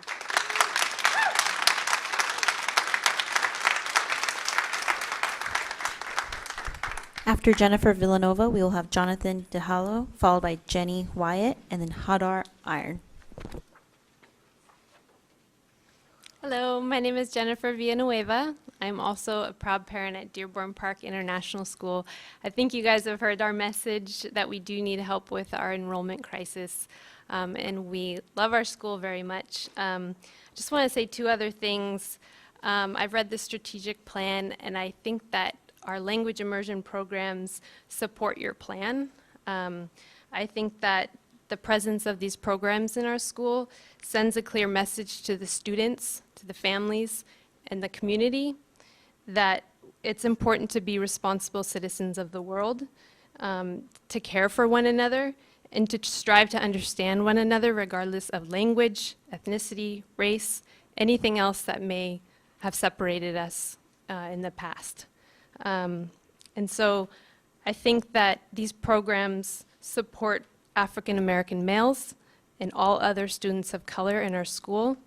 It shows them inclusion and acceptance, and I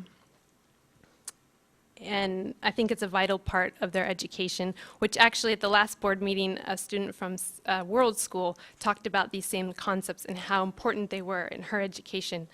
And the other thing I wanted to say was that our school, our student body is actually 90% of our student body identifies as either Asian, African American, Black, Hispanic, or multiracial. 90%. So I just want to say that a lot of our faces here tonight are white. And so I think it's important to acknowledge that this meeting is part of a larger white power structure that does perpetuate white privilege. And I really hope that you all will come to our school and speak to our parents, because they're there supporting their kids at all of our school functions. So please come out of the structure, power structure, and meet with them and talk to them. Thank you.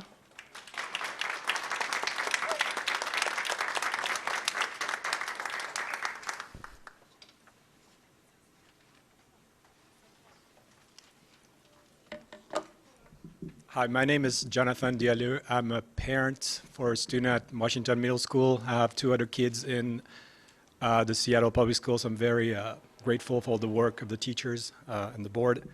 There is no world language offered at the school. The science class is a complete disaster. We were told recently that we had to do self-learning and that there will be a summer school for the students that this district has to pay for. I also learned through the Seattle Times, not through the communication of the school, that the school was projecting the names of students in detention at the cafeteria for everyone to see.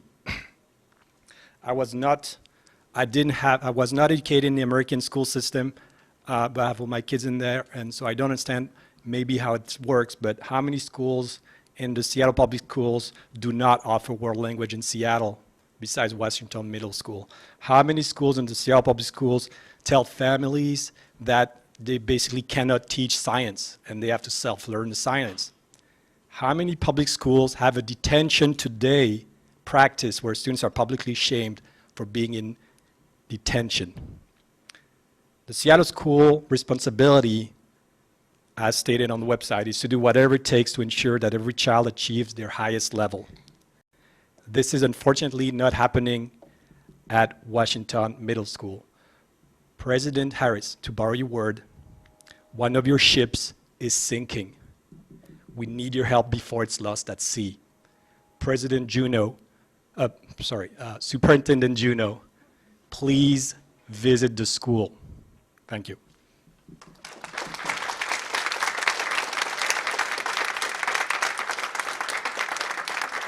Jenny?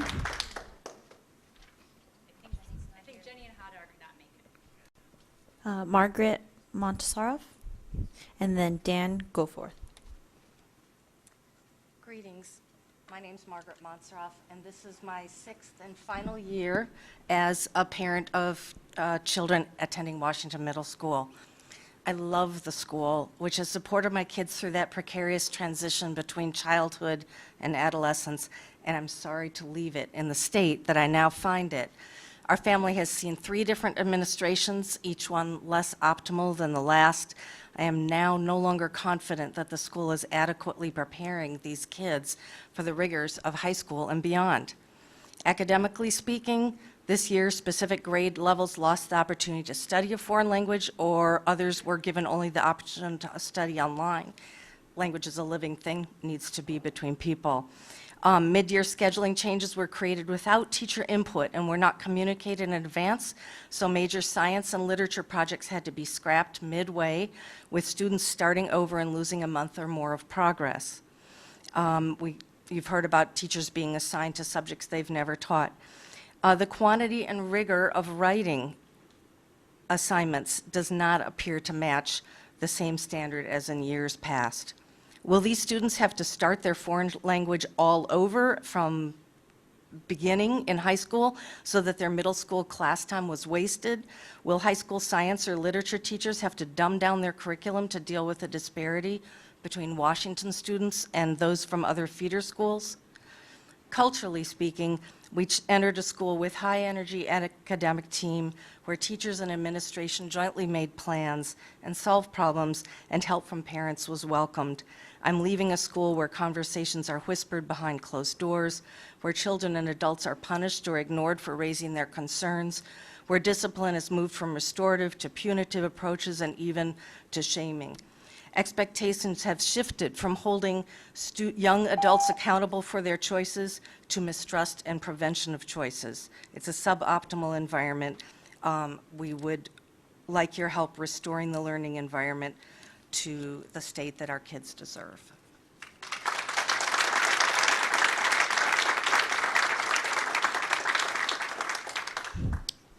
Dan?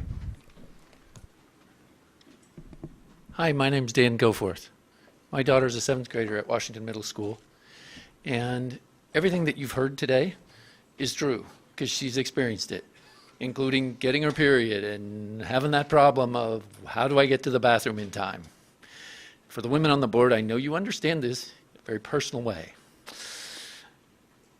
I'm here, though, to advocate for the future of the WMS music program, whose history is well known and very special in SPS and in our community. Thousands of kids have benefited from the many ensembles, jazz, concert band, orchestra, choir, and drumline. Serving over 425 students currently, it's always been, and it is today, a shining gem of WMS and SPS. I'm concerned that its future now is at risk.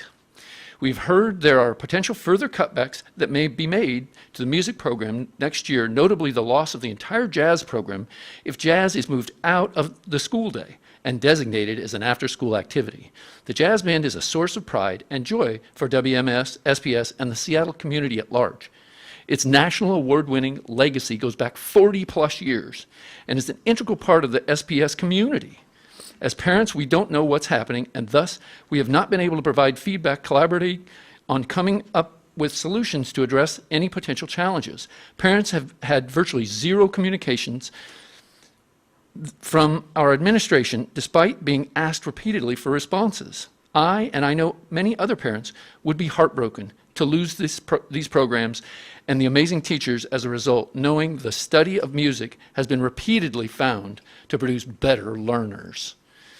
This is not necessarily just a budget issue. Over the past couple of years, the nonprofit parent group Friends of Washington Music has raised significant funds to support the teachers, buy instruments for students, pay for clinicians, lessons, and scholarships for competition trips for every ensemble from beginning to advance, so that every student has the opportunity to learn about and play music. We have over 65% of our 660 student body being taught music. That's undone anywhere else in our district. Superintendent Juneau, gratefully acknowledging you have just promoted Music Month for the month of March. We need your help now. We really need your help now, and we hope you will agree to meet with us.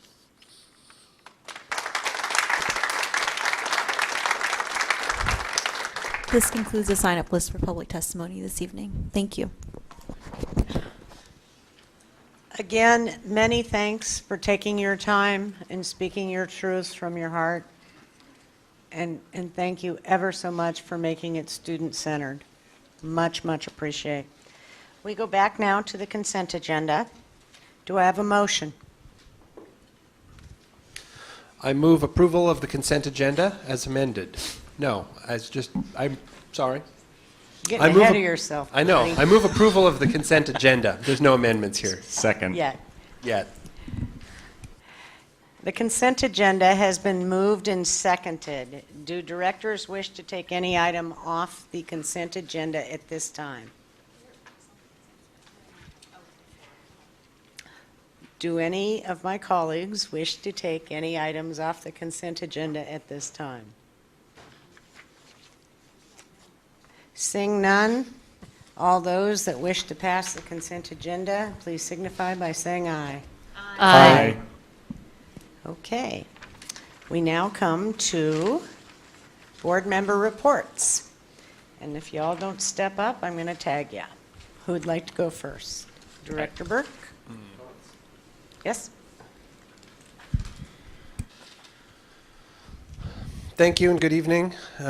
I also want to share my appreciation for everyone who came out spending their evening with us. I will make my comments brief. First of all, I hope everybody had a wonderful spring break and is relaxed and energized and got to plant some things in the garden, and there's, things are starting to sprout now. Cut back everything that you needed to because it's growing now.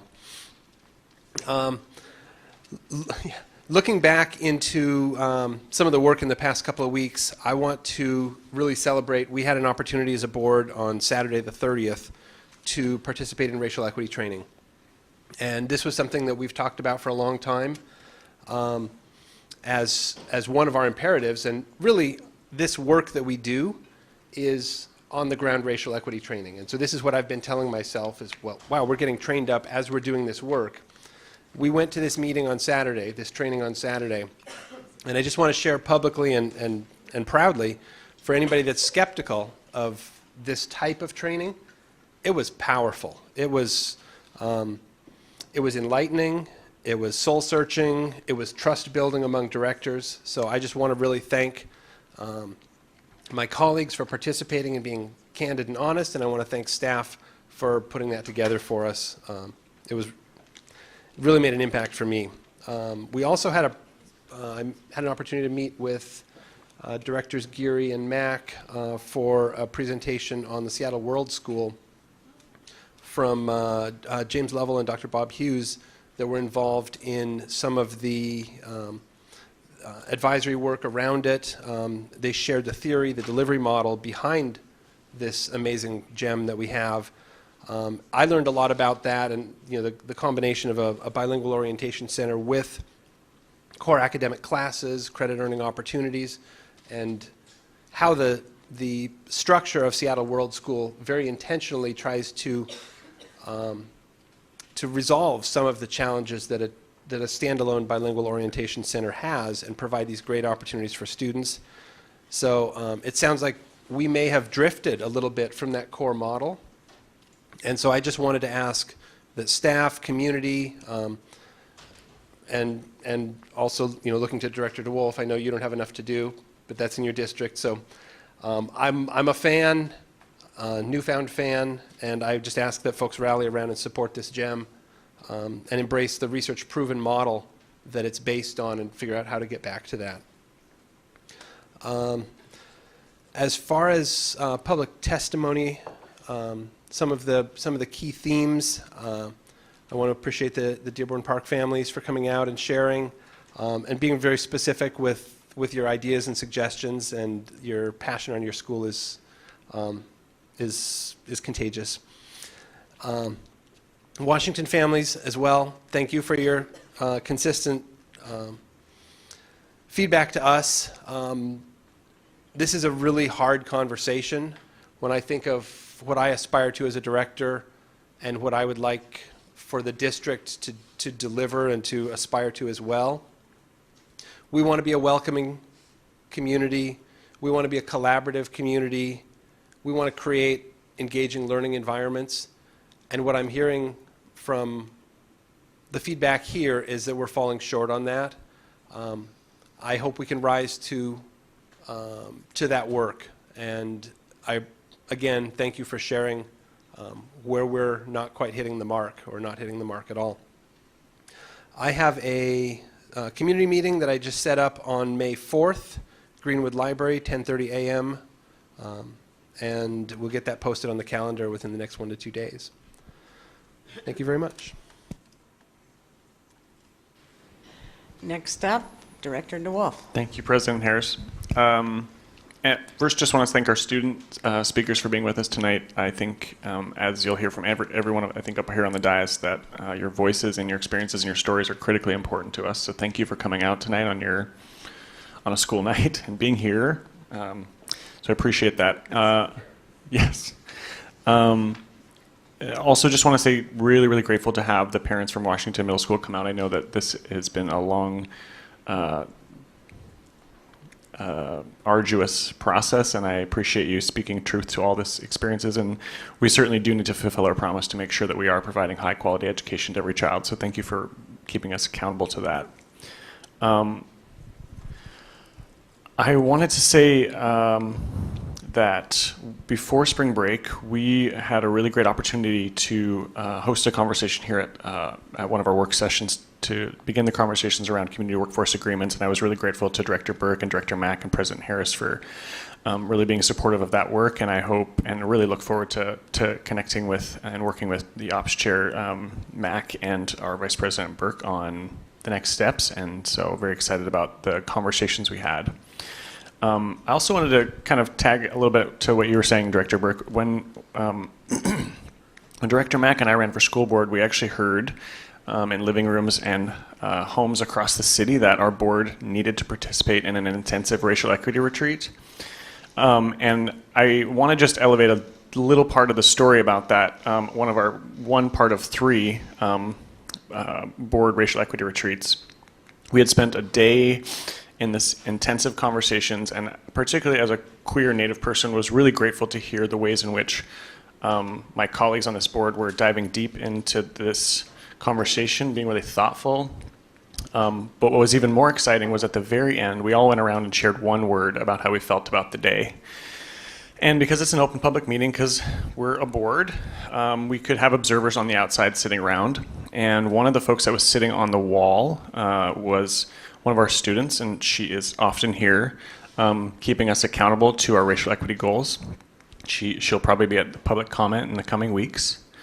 And she sat and watched us in this board racial equity retreat all day, and at the very end, we asked her what she thought, what she had observed, and how she felt.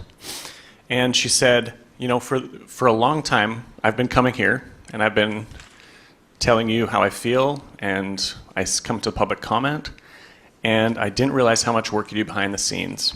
And she said, watching the ways in which you've challenged yourselves, thought about this deeply, and we're really diving into racial equity and racial justice, that she finally, for the first time, felt hope in her schools. She felt hope for her community, and she felt hope that we had grappled enough that day that we were going to be making decisions based on that understanding. And I really felt, you know, it's a lot of work up here, and at least having one student, particularly somebody that I look to her critiques of us and her criticism and her accountability of us, that she was able to feel some hope that day. That was really inspiring. So I just wanted to thank her for being there with us. And yeah, so the things that I'm tracking are Policy 2015. We're continuing to dive into the details about that policy, which means that we, in order to get to what I'm working towards, and I know there's other folks here on the board that are talking about it too, as ethnic studies as a graduation requirement, that policy, we still need to refine some of the stuff, so that is maybe not coming up as quickly as we want, but to let you at least know that in order for that to be there, we need to create a runway, and that is through Policy 2015, and so we'll keep you posted on those. And I've certainly received a lot of emails in the last 2 weeks about Amplify. So thanks for everybody for sharing your thoughts about that. And the last thing was just to say that congratulations to you, Superintendent Junot, and the entire staff for the State of the District last night. It was a really well-attended event, and it was exciting to see so many people come out and fill the venue in Capitol Hill on a rainy evening. And finally, I wanted to end with a poem. And this is from one of our students at Middle College High School. And so, yes, here it is. Her name is Hassan Al-Musa. It's called Human Connections. It's, if you connect with your heart, will you succeed? When you succeed, who will you help? And when you do, and when you help, what do you think you will receive? And when you receive, will you give back and repeat? This is from one of the books that was created by Writers in the Schools, which is a program of Seattle Arts and Lectures called Tomorrow I Will Whisper Your Name, and I'm just trying to put more of our students' poems into the record, so thanks for letting me do that. Thank you. Director Geary, next up. Thank you. Thank you, everybody, as always, for coming out and speaking to us. I also want to give a special thanks to Superintendent Junot for continuing to really put students front and center, and enjoyed seeing the slides about the student advisory work. And I want that to be very transparent in terms of how we as a board can hear back their reflections regularly, especially on the different work that's coming up to us, so that we can feel the benefit not just through the work that is being presented to us, but making it very transparent, the voices within that work that are specifically the students' voices, because that, I think we all agree, is really important, and we enjoy when we hear that and know that we're on the right track. Want to thank the Kimball Elementary students.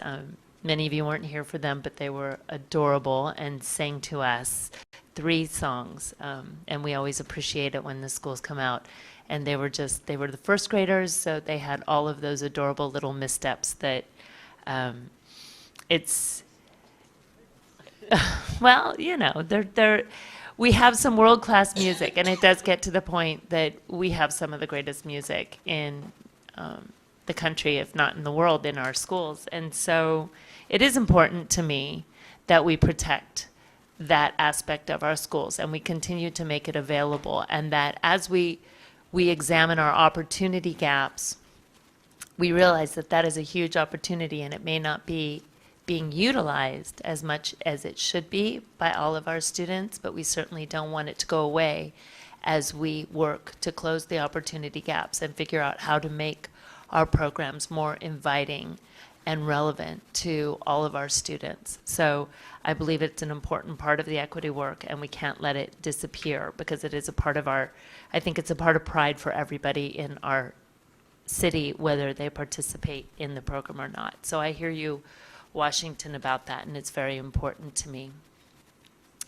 Thank you, Dearborn Park International, for coming out and telling us, and I'll second Director Burke's statement that it's very helpful to come in with specific suggestions. I think that's important in looking at ways of getting native speakers into your school. I have to say, I'm just going to throw this out, in thinking about what people look for potentially in charter schools, and why they might want to send their children to charter schools for a very specialized or welcoming environment, or a definite academic rigor focus. It just seems to me that Dearborn Park, when I'm hearing from you, and I'm not familiar with your school, but I'm thinking, if I had to choose between a charter school or Dearborn Park, why wouldn't I choose Dearborn Park? That's a really cool education that is grounded in research in terms of dual language immersion, showing great outcomes for all kids. So I think we can be creative and think of ways to broaden the message and make sure that everybody knows that that school is available. But I hear you that we would have to then also be flexible in terms of making sure that kids are allowed to go into the school. But we need to be mindful that our students and our families are our customers, and we need to make sure that we're offering them the things that they want. And it sounds to me like Dearborn Park is doing that work, so sounds great to me. Thank you. Visited Montlake Elementary, thanks to Principal Julie Pearson and PTA President Vivian Van Gelder for spending time with me, talking about their school. I think there were two main points. One gets back to PTA fundraising, and I am definitely hearing that there is exhaustion on the part of our families in terms of being expected to raise money over and over. And I want to bring everybody's attention to a recent Seattle Council PTSA resolution around PTA fundraising, and they're calling it Take Back Our PTA. And it really is the opportunity to shift PTAs away from fundraising and back to being a parent-led organization in support of the learning of their children. And that when we focus PTAs just on the fundraising, it really excludes those people who don't have the money to donate and perhaps don't have the time during the day to participate in all of the fundraising that goes on. And they feel excluded by PTA. And yet it is shown that when parents participate in PTAs around their children's education, that those children do better. So shifting PTAs away from fundraising and into parent-led activities around the support of children in their schools may really get to the heart of what we're all hoping for our kids. So I invite everybody to go on the Seattle Council PTSA website, take a look at that resolution, give them their feedback, share it with your school, and really spend some time if you're a member of your PTA or if you want to be part of your PTA, but just don't see a place for you in the fundraising mechanism to approach your community with this message and see if you can rework it so that you can have a stronger PTA that's really supporting the educational growth of all the students in your school. So I think that's some really cool work, and it gets back to why we on Audit and Finance are trying to continue those conversations about if we don't have the PTAs raising that money, well, we know we have a population in Seattle that wants to give money. We have a levy we can't collect because people are so willing to give money. So what are the other ways we can set up structures to support our kids and the financial needs across our district? So we have to continue those conversations, and I'm happy to be engaged in them. And then a final thing that happened this week that I thought was really interesting was a study that came out of Yale, and it talks about the best way to address student anxiety or childhood anxiety. And as a person who's worked in special education and as a board member who has read many things about education and have repeatedly come across this idea that there's an epidemic of anxiety in our children these days. It was a study that gives us hope, but I think the most interesting thing about it is it also gives us parents some control in that what they have found is that potentially parent training around the issue can be one of the most effective ways to address the issue of childhood anxiety. So I just want to invite people, because it is epidemic. It affects our kids, it affects their learning, it affects how they participate in school, their willingness to go to school, and I know any parent who is faced with that often feels unsupported or doesn't know what to do. I think we'd love to know how to support you. I think you would love to know how to get support. So I invite everybody to go and read what you can. There was an NPR article, and there is a publication out of Yale on it, and I think that's something that perhaps we can all look at in terms of ways to make that available in our own community, because I know it's something many of you face. So thank you again, everybody, for coming out. And my next meeting, I regularly hold meetings on Tuesday morning at Zoka, a coffee shop north of the U Village, and I post it on Facebook, but I'm anticipating being there from 8 to 9:30 Tuesday morning for the rest of the month at least. Thanks. Director Mack. Good evening. I will echo the thank you for coming out, because I know how it actually takes time to try to prepare 2 minutes. And your issues are obviously really ongoing and concerning to you enough to come multiple times and over and repeat concerning messages that, so appreciate you taking the time, because this is how we recognized what we need to do in our district to support our students. If we're hearing things that are not working, we need to address them. And so from a policy perspective, what brought me into educational advocacy was around operations to start with. It was around the growth boundaries issues and recognizing how those, enrollment issues and where you go to school and what schools you can go to and how all of that actually impacts your access, as well as so many other things. And as I peeled back the onion, I realized that it was just, way more complex than I thought at first, which made me very interested, because I'm interested in challenging puzzles, and eventually led me here to the school board chairing operations, because at the core of it, the basics of the things that we do, how we get to school, are school buildings safe, how do we assign students, all of these things are absolutely fundamental to providing a great education to students.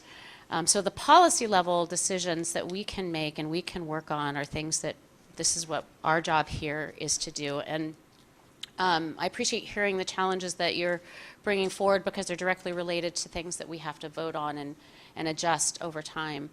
The wait list conversation and the student assignment conversation is, it's a really big, challenging one. We had the new student assignment plan adopted in 2010, and we had the BEX 4 levy, which brought on more school buildings. We've had lots of changes since then. And today, we just got the wait list assignments of what's happening at our schools, how long are our wait lists. And I think it's really interesting to note that in terms of demand, Director Gary was talking about, why do families pick different schools? John Stanford, which is an immersion school as well in the north, and McDonald, they're very close to each other. One has an 80 student wait list, 80 students, and the other has a 100 student wait list. And they're both option schools, and they're marketed that way, whereas Dearborn Park and Beacon Hill are actually not known because they're not option schools. They're not necessarily as known, but there still is a demand for the dual language international immersion aspect, and there's a wait list of some 16 kids on your school. And so we have demand, and that demand, we do great things in these schools, and we do it, and it promotes equity. And so I want to see how we can actually move more towards serving more students with the things that actually work to promote equity. So I hear you on that. And for the wait list conversation, there's other questions around wait list movement and so forth. And we have a May 8th work session coming up where we're going to be talking about capacity enrollment evaluation, and wait lists are a part of that piece. So there will be conversations, and then there may be additional wait list movements and those sorts of things. For the longer term, the policies that we're working on with facilities planning and this advisory committee I mentioned earlier, those are the kind of things that will help maybe shift some of the longer term student assignment issues that we've got going on. And the student assignment transition plan comes up for a vote every year, and it's in the fall. And so as I mentioned earlier, I think we need to have a work session on what are we doing for the 2020 year, because there's a number of issues that we've already identified. There's Maple, there's Licton Springs, there's Dearborn Park, there's all these different issues that we know exist, and so how are we going to help resolve those? And Washington, I think, is one of those from an enrollment perspective as well. Those are the things I spent a lot of time thinking about. I want to wish everybody, hope you had a happy spring break, because I turned my brain off for a week, and so I can't even remember what happened before, but I'm back, and it's all here, and there's a lot of work in front of us, not the least of which is I want to acknowledge the facility issue that happened at John Muir, and the fear that provided to all of the families, and myself as a mother included. I was like, oh my gosh, what happened? And I know that staff reacted really, really quickly to the issue. I took care of it. An email went out yesterday. There's going to be an email coming out from the board office soon in response to everyone who's been asking. But in short, the liquid that was on the ground is not toxic. Students were not harmed. Staff handled and cleaned up the situation as quickly as possible. And the HVAC system is getting repaired. So there's a plan to get it fixed, and they're on top of trying to maintain this. And so I'm sorry that, you know, when my water heater broke, it was a big mess last year. And this is the situation that we end up in when we have facilities that we are not able to fund maintaining. And that's why we thankfully approved BEX 5, where we have a bunch of money going into preventative maintenance. So look for that email, and I hope folks can hear the, you know, apology that this accident happened, and that know that our staff are working hard to keep students safe. And I trust that, and that your board is deeply committed to keeping our students safe in our facilities. I want to shout out to Peggy McAvoy as well. She has been with this district and done some amazing work. She actually helped facilitate during the new student assignment plan way back in the day, and she'll be deeply missed from my perspective. School climate surveys are out, so just want everyone to check your inbox. You get one per family, and that's really important information for us to get back.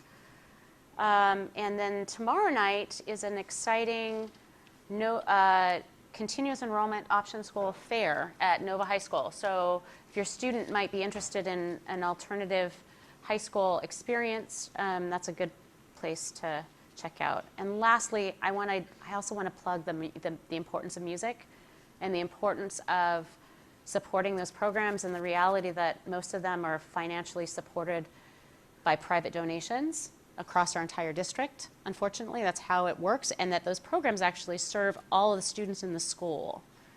And they're not just servicing, you know, individual students. They're serving the whole school, and they're providing musical instruments so that every student that wants to have an opportunity to play an instrument, they can, and they provide the music. And I had the opportunity to be at the Robert Eagle staff musical concert a couple weeks ago, and it was amazing. And it is made possible by $18,000 coming in to help fund all of those, the instruments and the sheet music, and these kids are actually being invited to go somewhere national for their jazz. I can't even remember what it was, but it was amazing. Last night, Nathan Hale Jazz Band, or jazz singers, amazing. They don't need instruments as much as their voices, but they were amazing. The Rainier Beach. Music is really, really important, and I just want to underscore the importance of supporting however we can to make sure that every student has access to it. And I could ramble on for longer, but I'll go ahead and stop. No, she can't. No, she can't. Director Patu, you're up. It's always a privilege to be up here and be able to share great things that we see happening in our various schools. Actually, last week I had the opportunity to visit England, and the first time I ever visit a different country other than the United States and from my hometown. So it was amazing to be at a place where you've never been and watch the different culture in comparison to what we do here. And I did not want to come back. I thought it was wonderful, but it's good to be back here in Seattle. I want to say thank you to the Dearborn Park family for coming and sharing with us your concerns, and hopefully that we can work together and be able to look at how we can be able to resolve some of those concerns. It's always great to be able to come and be able to share all the great things that's happening in the various schools. As I visit different schools, it's amazing the work that the teachers and the staffs are doing in various schools. Because a lot of times we forget, without them, our schools would not be running the way they are. And I want to say thank you to all the teachers and staff in the various schools, in our South End schools that I have visited, and still have more to come. And I think that we don't think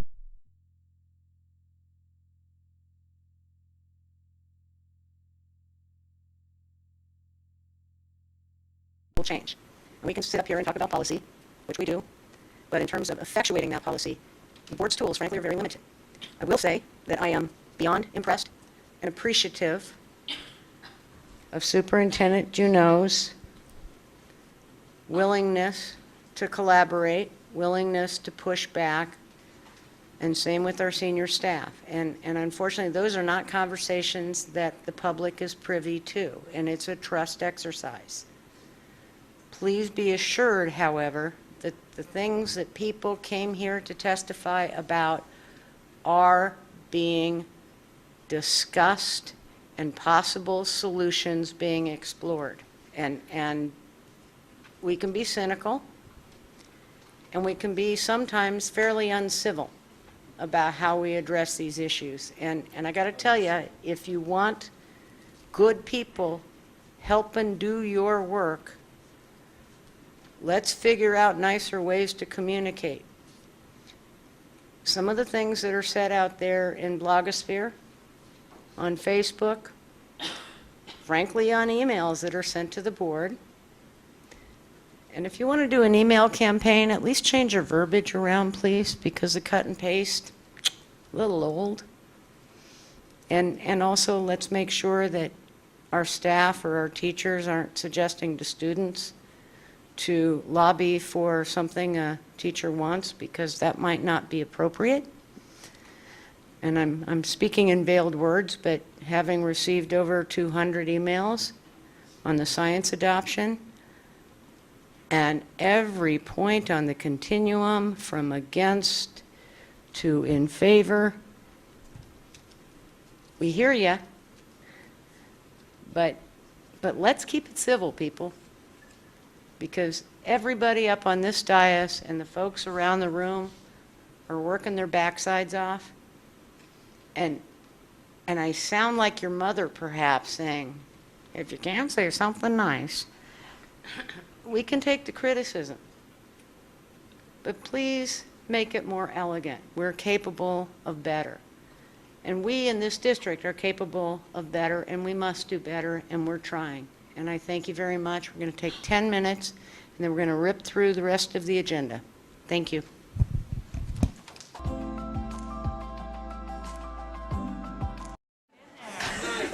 Hey, we introduced Sophie to Cashel Toner. She has her new mentor. Okay, we are back in business here, folks. I did forget to mention that the annual ethics disclosure forms have been completed by directors and senior central office staff and have been posted for public viewing on the agenda. And if you're conversing in the back of the room, take it outside, please. Thank you. Okay, we are at Roman 9C, action items. Approval of families and education, preschool and promise levy partnership agreement, and funding for summer learning 2019 and the 2019-20 school year. This came before exec March 20th for consideration. Motion, please. Okay, take a deep breath. This is a good one. I move that the school board authorize the superintendent to execute the partnership agreement with the City of Seattle as attached to this board action report and accept grant funds totaling $25,673,221 from the City of Seattle's Families, Education, Preschool, and Promise Levy, known as FEP, for the Seattle Preschool Program, Seattle Promise Program, Summer Learning, Elementary, Middle, and High School Innovation, Middle School Linkage, and Culturally Responsive Programming with any minor additions, deletions, and modifications deemed necessary by the superintendent, and to take any necessary actions and enter into service agreements to accept the grant funds. Second. Thank you. Deputy Nielsen, can you tell us what's been updated since the introduction? I can. Good evening. Stephen Nielsen, Deputy Superintendent.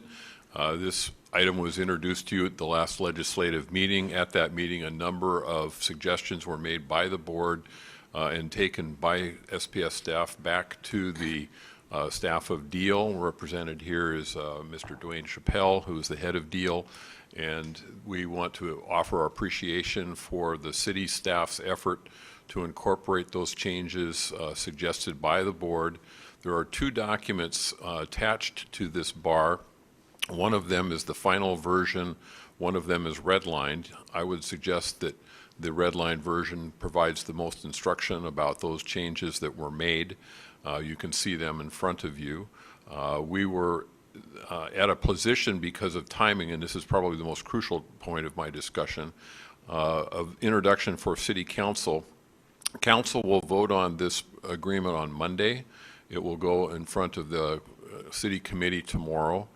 And so where we stand right now is an agreement that was worked out staff to staff, including our legal team. I want to thank Mr. Boy for his assistance on all of this, and also other members of his staff. And to that end, what's in front of you in that red line version and clean version are those changes that were agreed upon. Any further changes that would be made tonight or by the council would require reintroduction both to you and to the council for changed votes based on this document. So if you have specific questions about any of the red line, we're happy to entertain that. Because of time, I can say that at the macro level, we believe your key issues were addressed, and we're happy to answer questions. And from that, willing to take them. Thank you. Comments, questions, concerns? Director Mapp, and in fact, our FEP liaison. I want to start off by saying a big thank you to the city staff and our staff for working really quickly to try to resolve the concerns that were raised, and I think coming up with some pretty good solutions. I would say that, you know, we can't let perfect be the enemy of good and progress. So, you know, there might still be some niggly things that I would contest, but at this point, I'm really excited to see what's in this document so that we can move forward and do this great work on behalf of our students. My question, though, is about the addition of the dollars for the nursing. My computer's not working, so I'm looking at Director DeWolf's. So the school nursing is actually going to be a direct award now, is that correct? Some of it? And then the out-of-school time, and then I have a follow-up question to that. It always has been a direct award, yes. Oh, excuse me, Dwayne Chappelle, thank you for that. Dwayne Chappelle with DEAL. The answer to your question, that it has always been a direct award to SPS. DEAL means? Department of Education and Early Learning. We're going to set up an acronym jar up here. Okay. And we're going to put lots of money into it because it, you know, lots of acronyms. Okay, so the school nursing is the direct award, but then we also have, as part of the FEP levy, all of the health centers. And those are funded through the Seattle King County Health Department. Yes. Correct. So can I just get refreshed and understand where the partnership agreement between Seattle Public Schools and either those individual health community organizations that are providing it are, where those exist? Do we have those partnership agreements? I know they're not here now, but I'm just trying to get a context for, do we have individual agreements with the different community partners, because we have different ones in different buildings, or do we just have an agreement between Seattle Public Schools and King County Public Health? Ronald Boy, yes, we do have agreements with each one of the health providers, and they also are subject to a standard lease agreement as well for the use of that space that's dedicated for the health centers. Oh, so there's lease agreements, and then there's partnership agreements with the individuals. It's like a MOU and then plus a lease agreement as well, yes. And then on top of that, we have a partnership agreement that we agree to that comes to the board or does not come to the board with the Seattle King County Public Health Department? We do not have an agreement with King County that I'm aware of, that they're the other arm of that process, where they are overseeing the funding, directing it to the health clinic, and then we are handling their use of our space and the coordination with the school through our agreements. Okay, but one does not exist with Seattle King County Health Department. Okay. No. Thank you. Other comments, questions? Director Geary. Thank you to the city. Thank you to our voters. And thank you for acknowledging that Seattle Public Schools are the educational experts. That was my request, and it was important to me that in this document that talks a lot about education, but is through a city levy, that we continue to acknowledge the fact that Seattle Public Schools for K through 12 is the leading educational institution, and that we are indeed the experts in providing education. So it was my one call out. I wanted to thank you specifically for working on including that language. Other comments, questions, concerns from my colleagues? Director Pinkham. Yeah, just again going through this, and I think I brought it up on a previous thing. Are we trying to be aware of when we say Hispanic Latino, we're going to also try to say Hispanic Latinx are in these documents? Can you repeat that question one more time? The use of Hispanic/Latino versus Hispanic/Latinx. Is there a preference? So we basically had so in the ordinance speaks to the specific language, and it mirrors the same language that you're referring right now. So we just basically took the language from the ordinance and made sure it was reflected in the partnership agreement. Director Mack. I really apologize for not having thought of this previously, but the clarification, and I didn't let staff know I was going to ask this question, so I apologize if I'm putting anybody in the spot. But the clarification that we don't have a partnership agreement with Seattle King County would lead me to believe that we don't have a data sharing agreement either. And I'm wondering about the data sharing agreements. Excuse me, Director Mack? Yep. You're off topic. Okay, that's Thank fine. you. I can follow up later. And I would expect you to do so, but we want to stay on topic here. And we only have, 100 pages of stuff here. And certainly we have recent issues that have been brought to our concern, but those are a different topic. Any other? Director Geary, please. Back to Director Pinkham's point.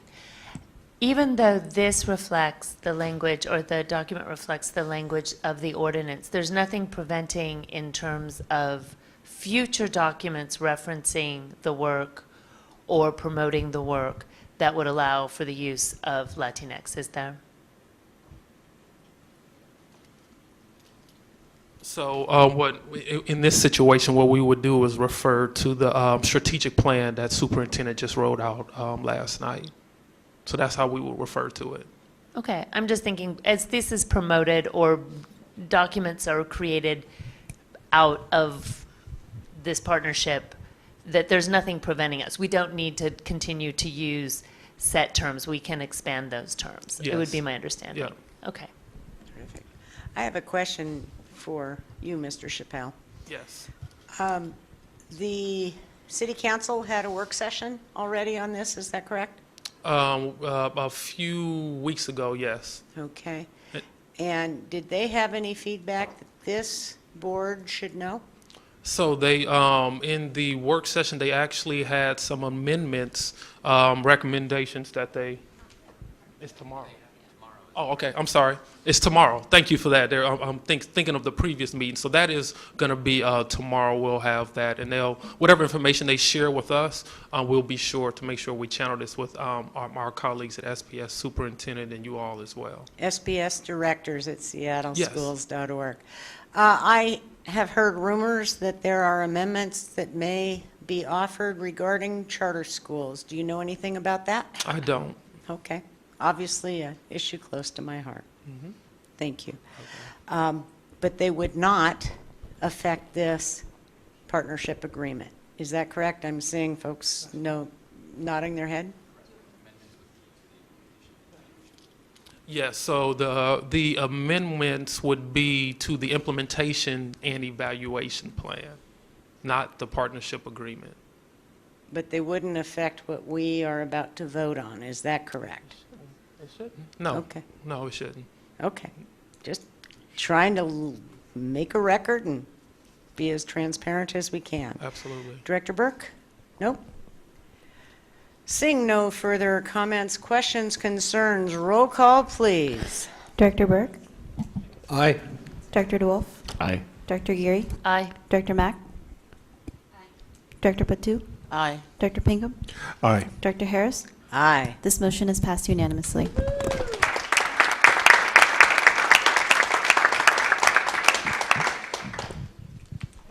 To both the city staff and the SPS staff, heavy lift, and for those folks that say we are rubber stampers, I respectfully and emphatically disagree. Thank you. Thank you. Number 2, approval of the amendment to Maxim Healthcare Services Contract, RFQ 02758. This came before Audit and Finance, March 18th, for Consideration. motion, please.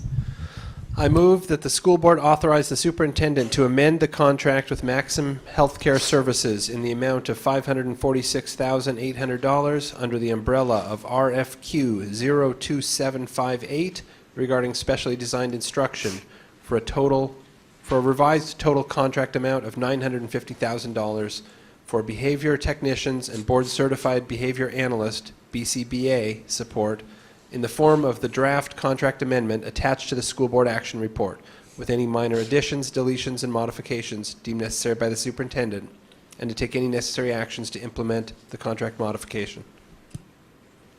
Second. Thank you. Who's presenting on this issue? Front and center, please.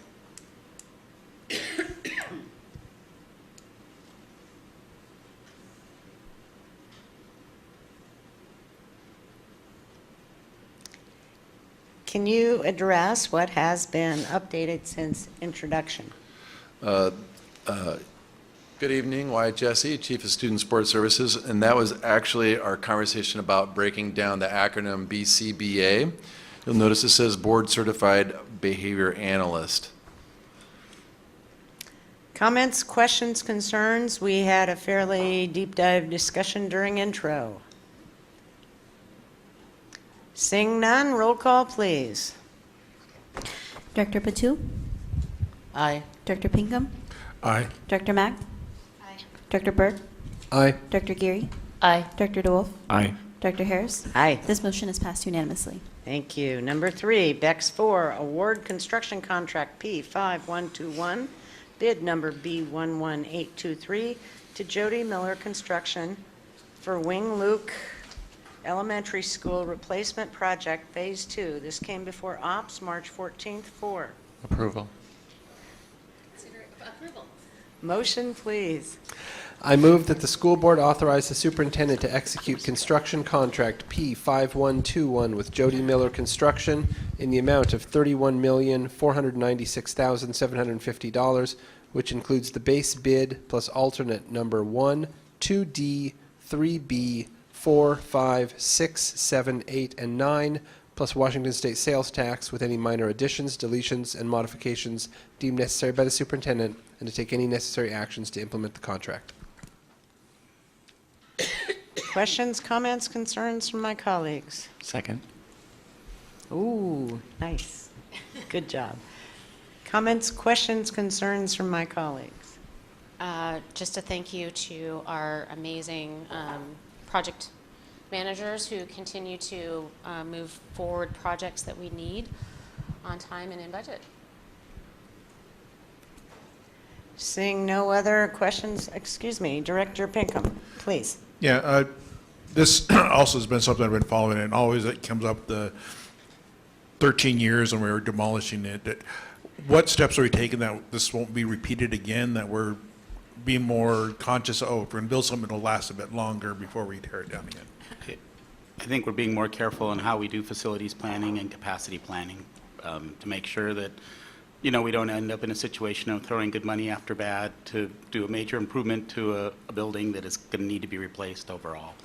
I mean, it's not that addition was not viable, it was the foundation it was built on was not viable. And so I think we just need to be careful where we target our investments. And we're trying to get much more system-focused and standards-based on how we do these projects. So I can't say, sometimes we have to make tough choices, and 13 years is a long time also to be in an inadequate building. So we'll face a pinch sometime that, do we need to replace a roof, even though we know the building's going to be replaced 10 years from now? That's probably going to happen, but we'll try to avoid that as best we can. Mr. Burke. This is just sort of for general information. Do we have a standard depreciation schedule for our buildings? Do we put it on a certain lifespan? I think we have a financial depreciation schedule. Our buildings have been built over such a long period of time that we really go on assessments of conditions. When you think of the lifespan of our building portfolio overall, you couldn't really apply one standard to everything. We're trying to plan now for 30 to 50-year buildings as we construct going forward. Okay.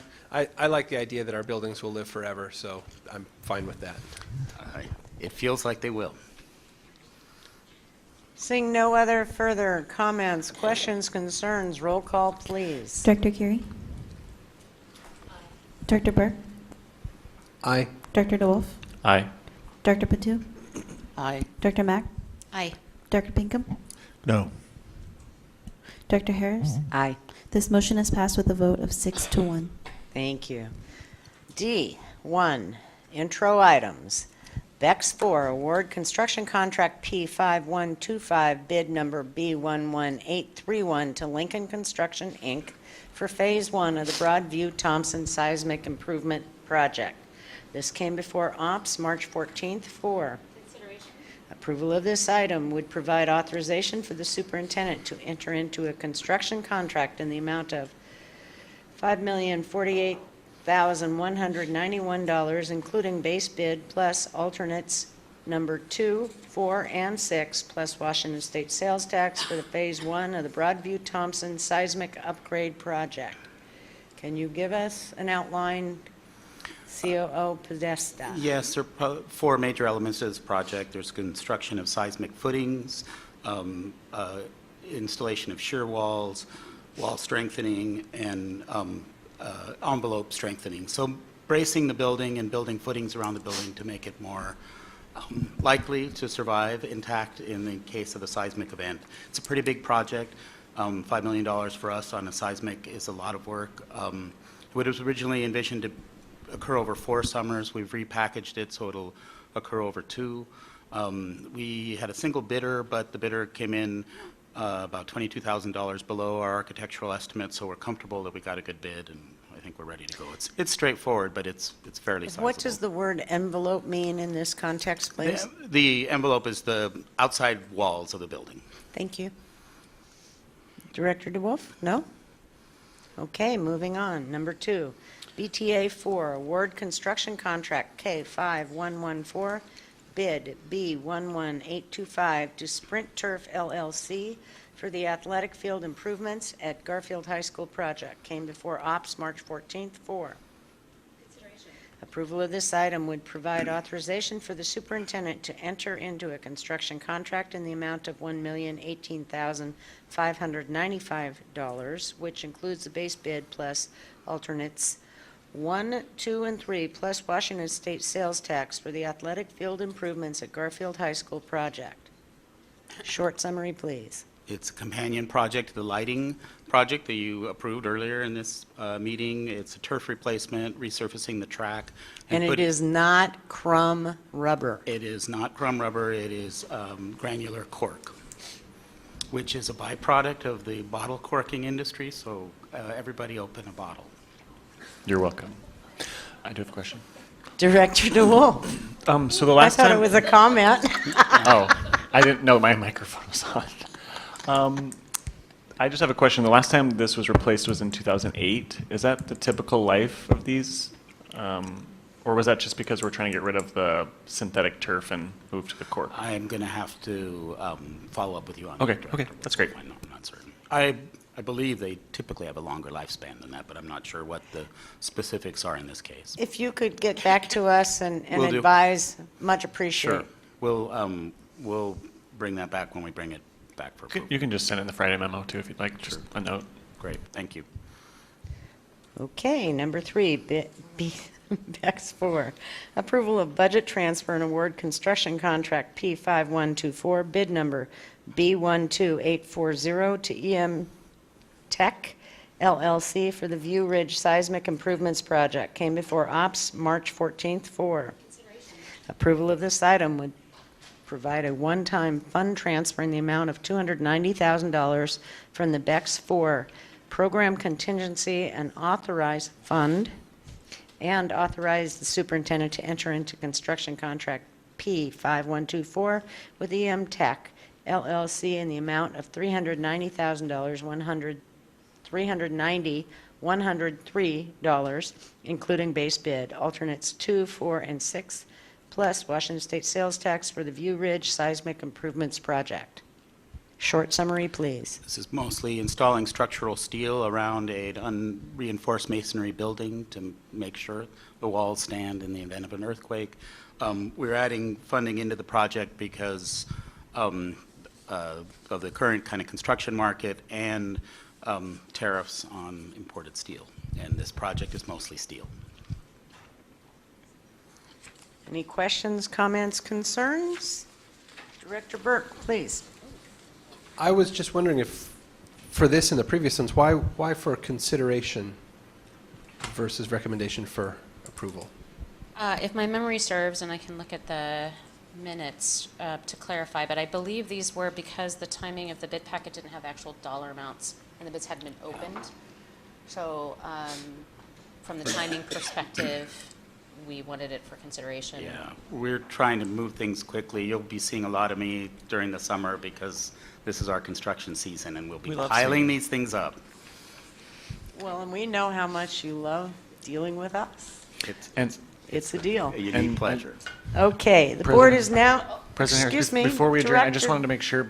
You're not adjourning, but keep going. If we could just make sure that this is probably the longest we've had a student sit up here with us, and it is a great record, and I appreciate you sitting with us. It is a real honor.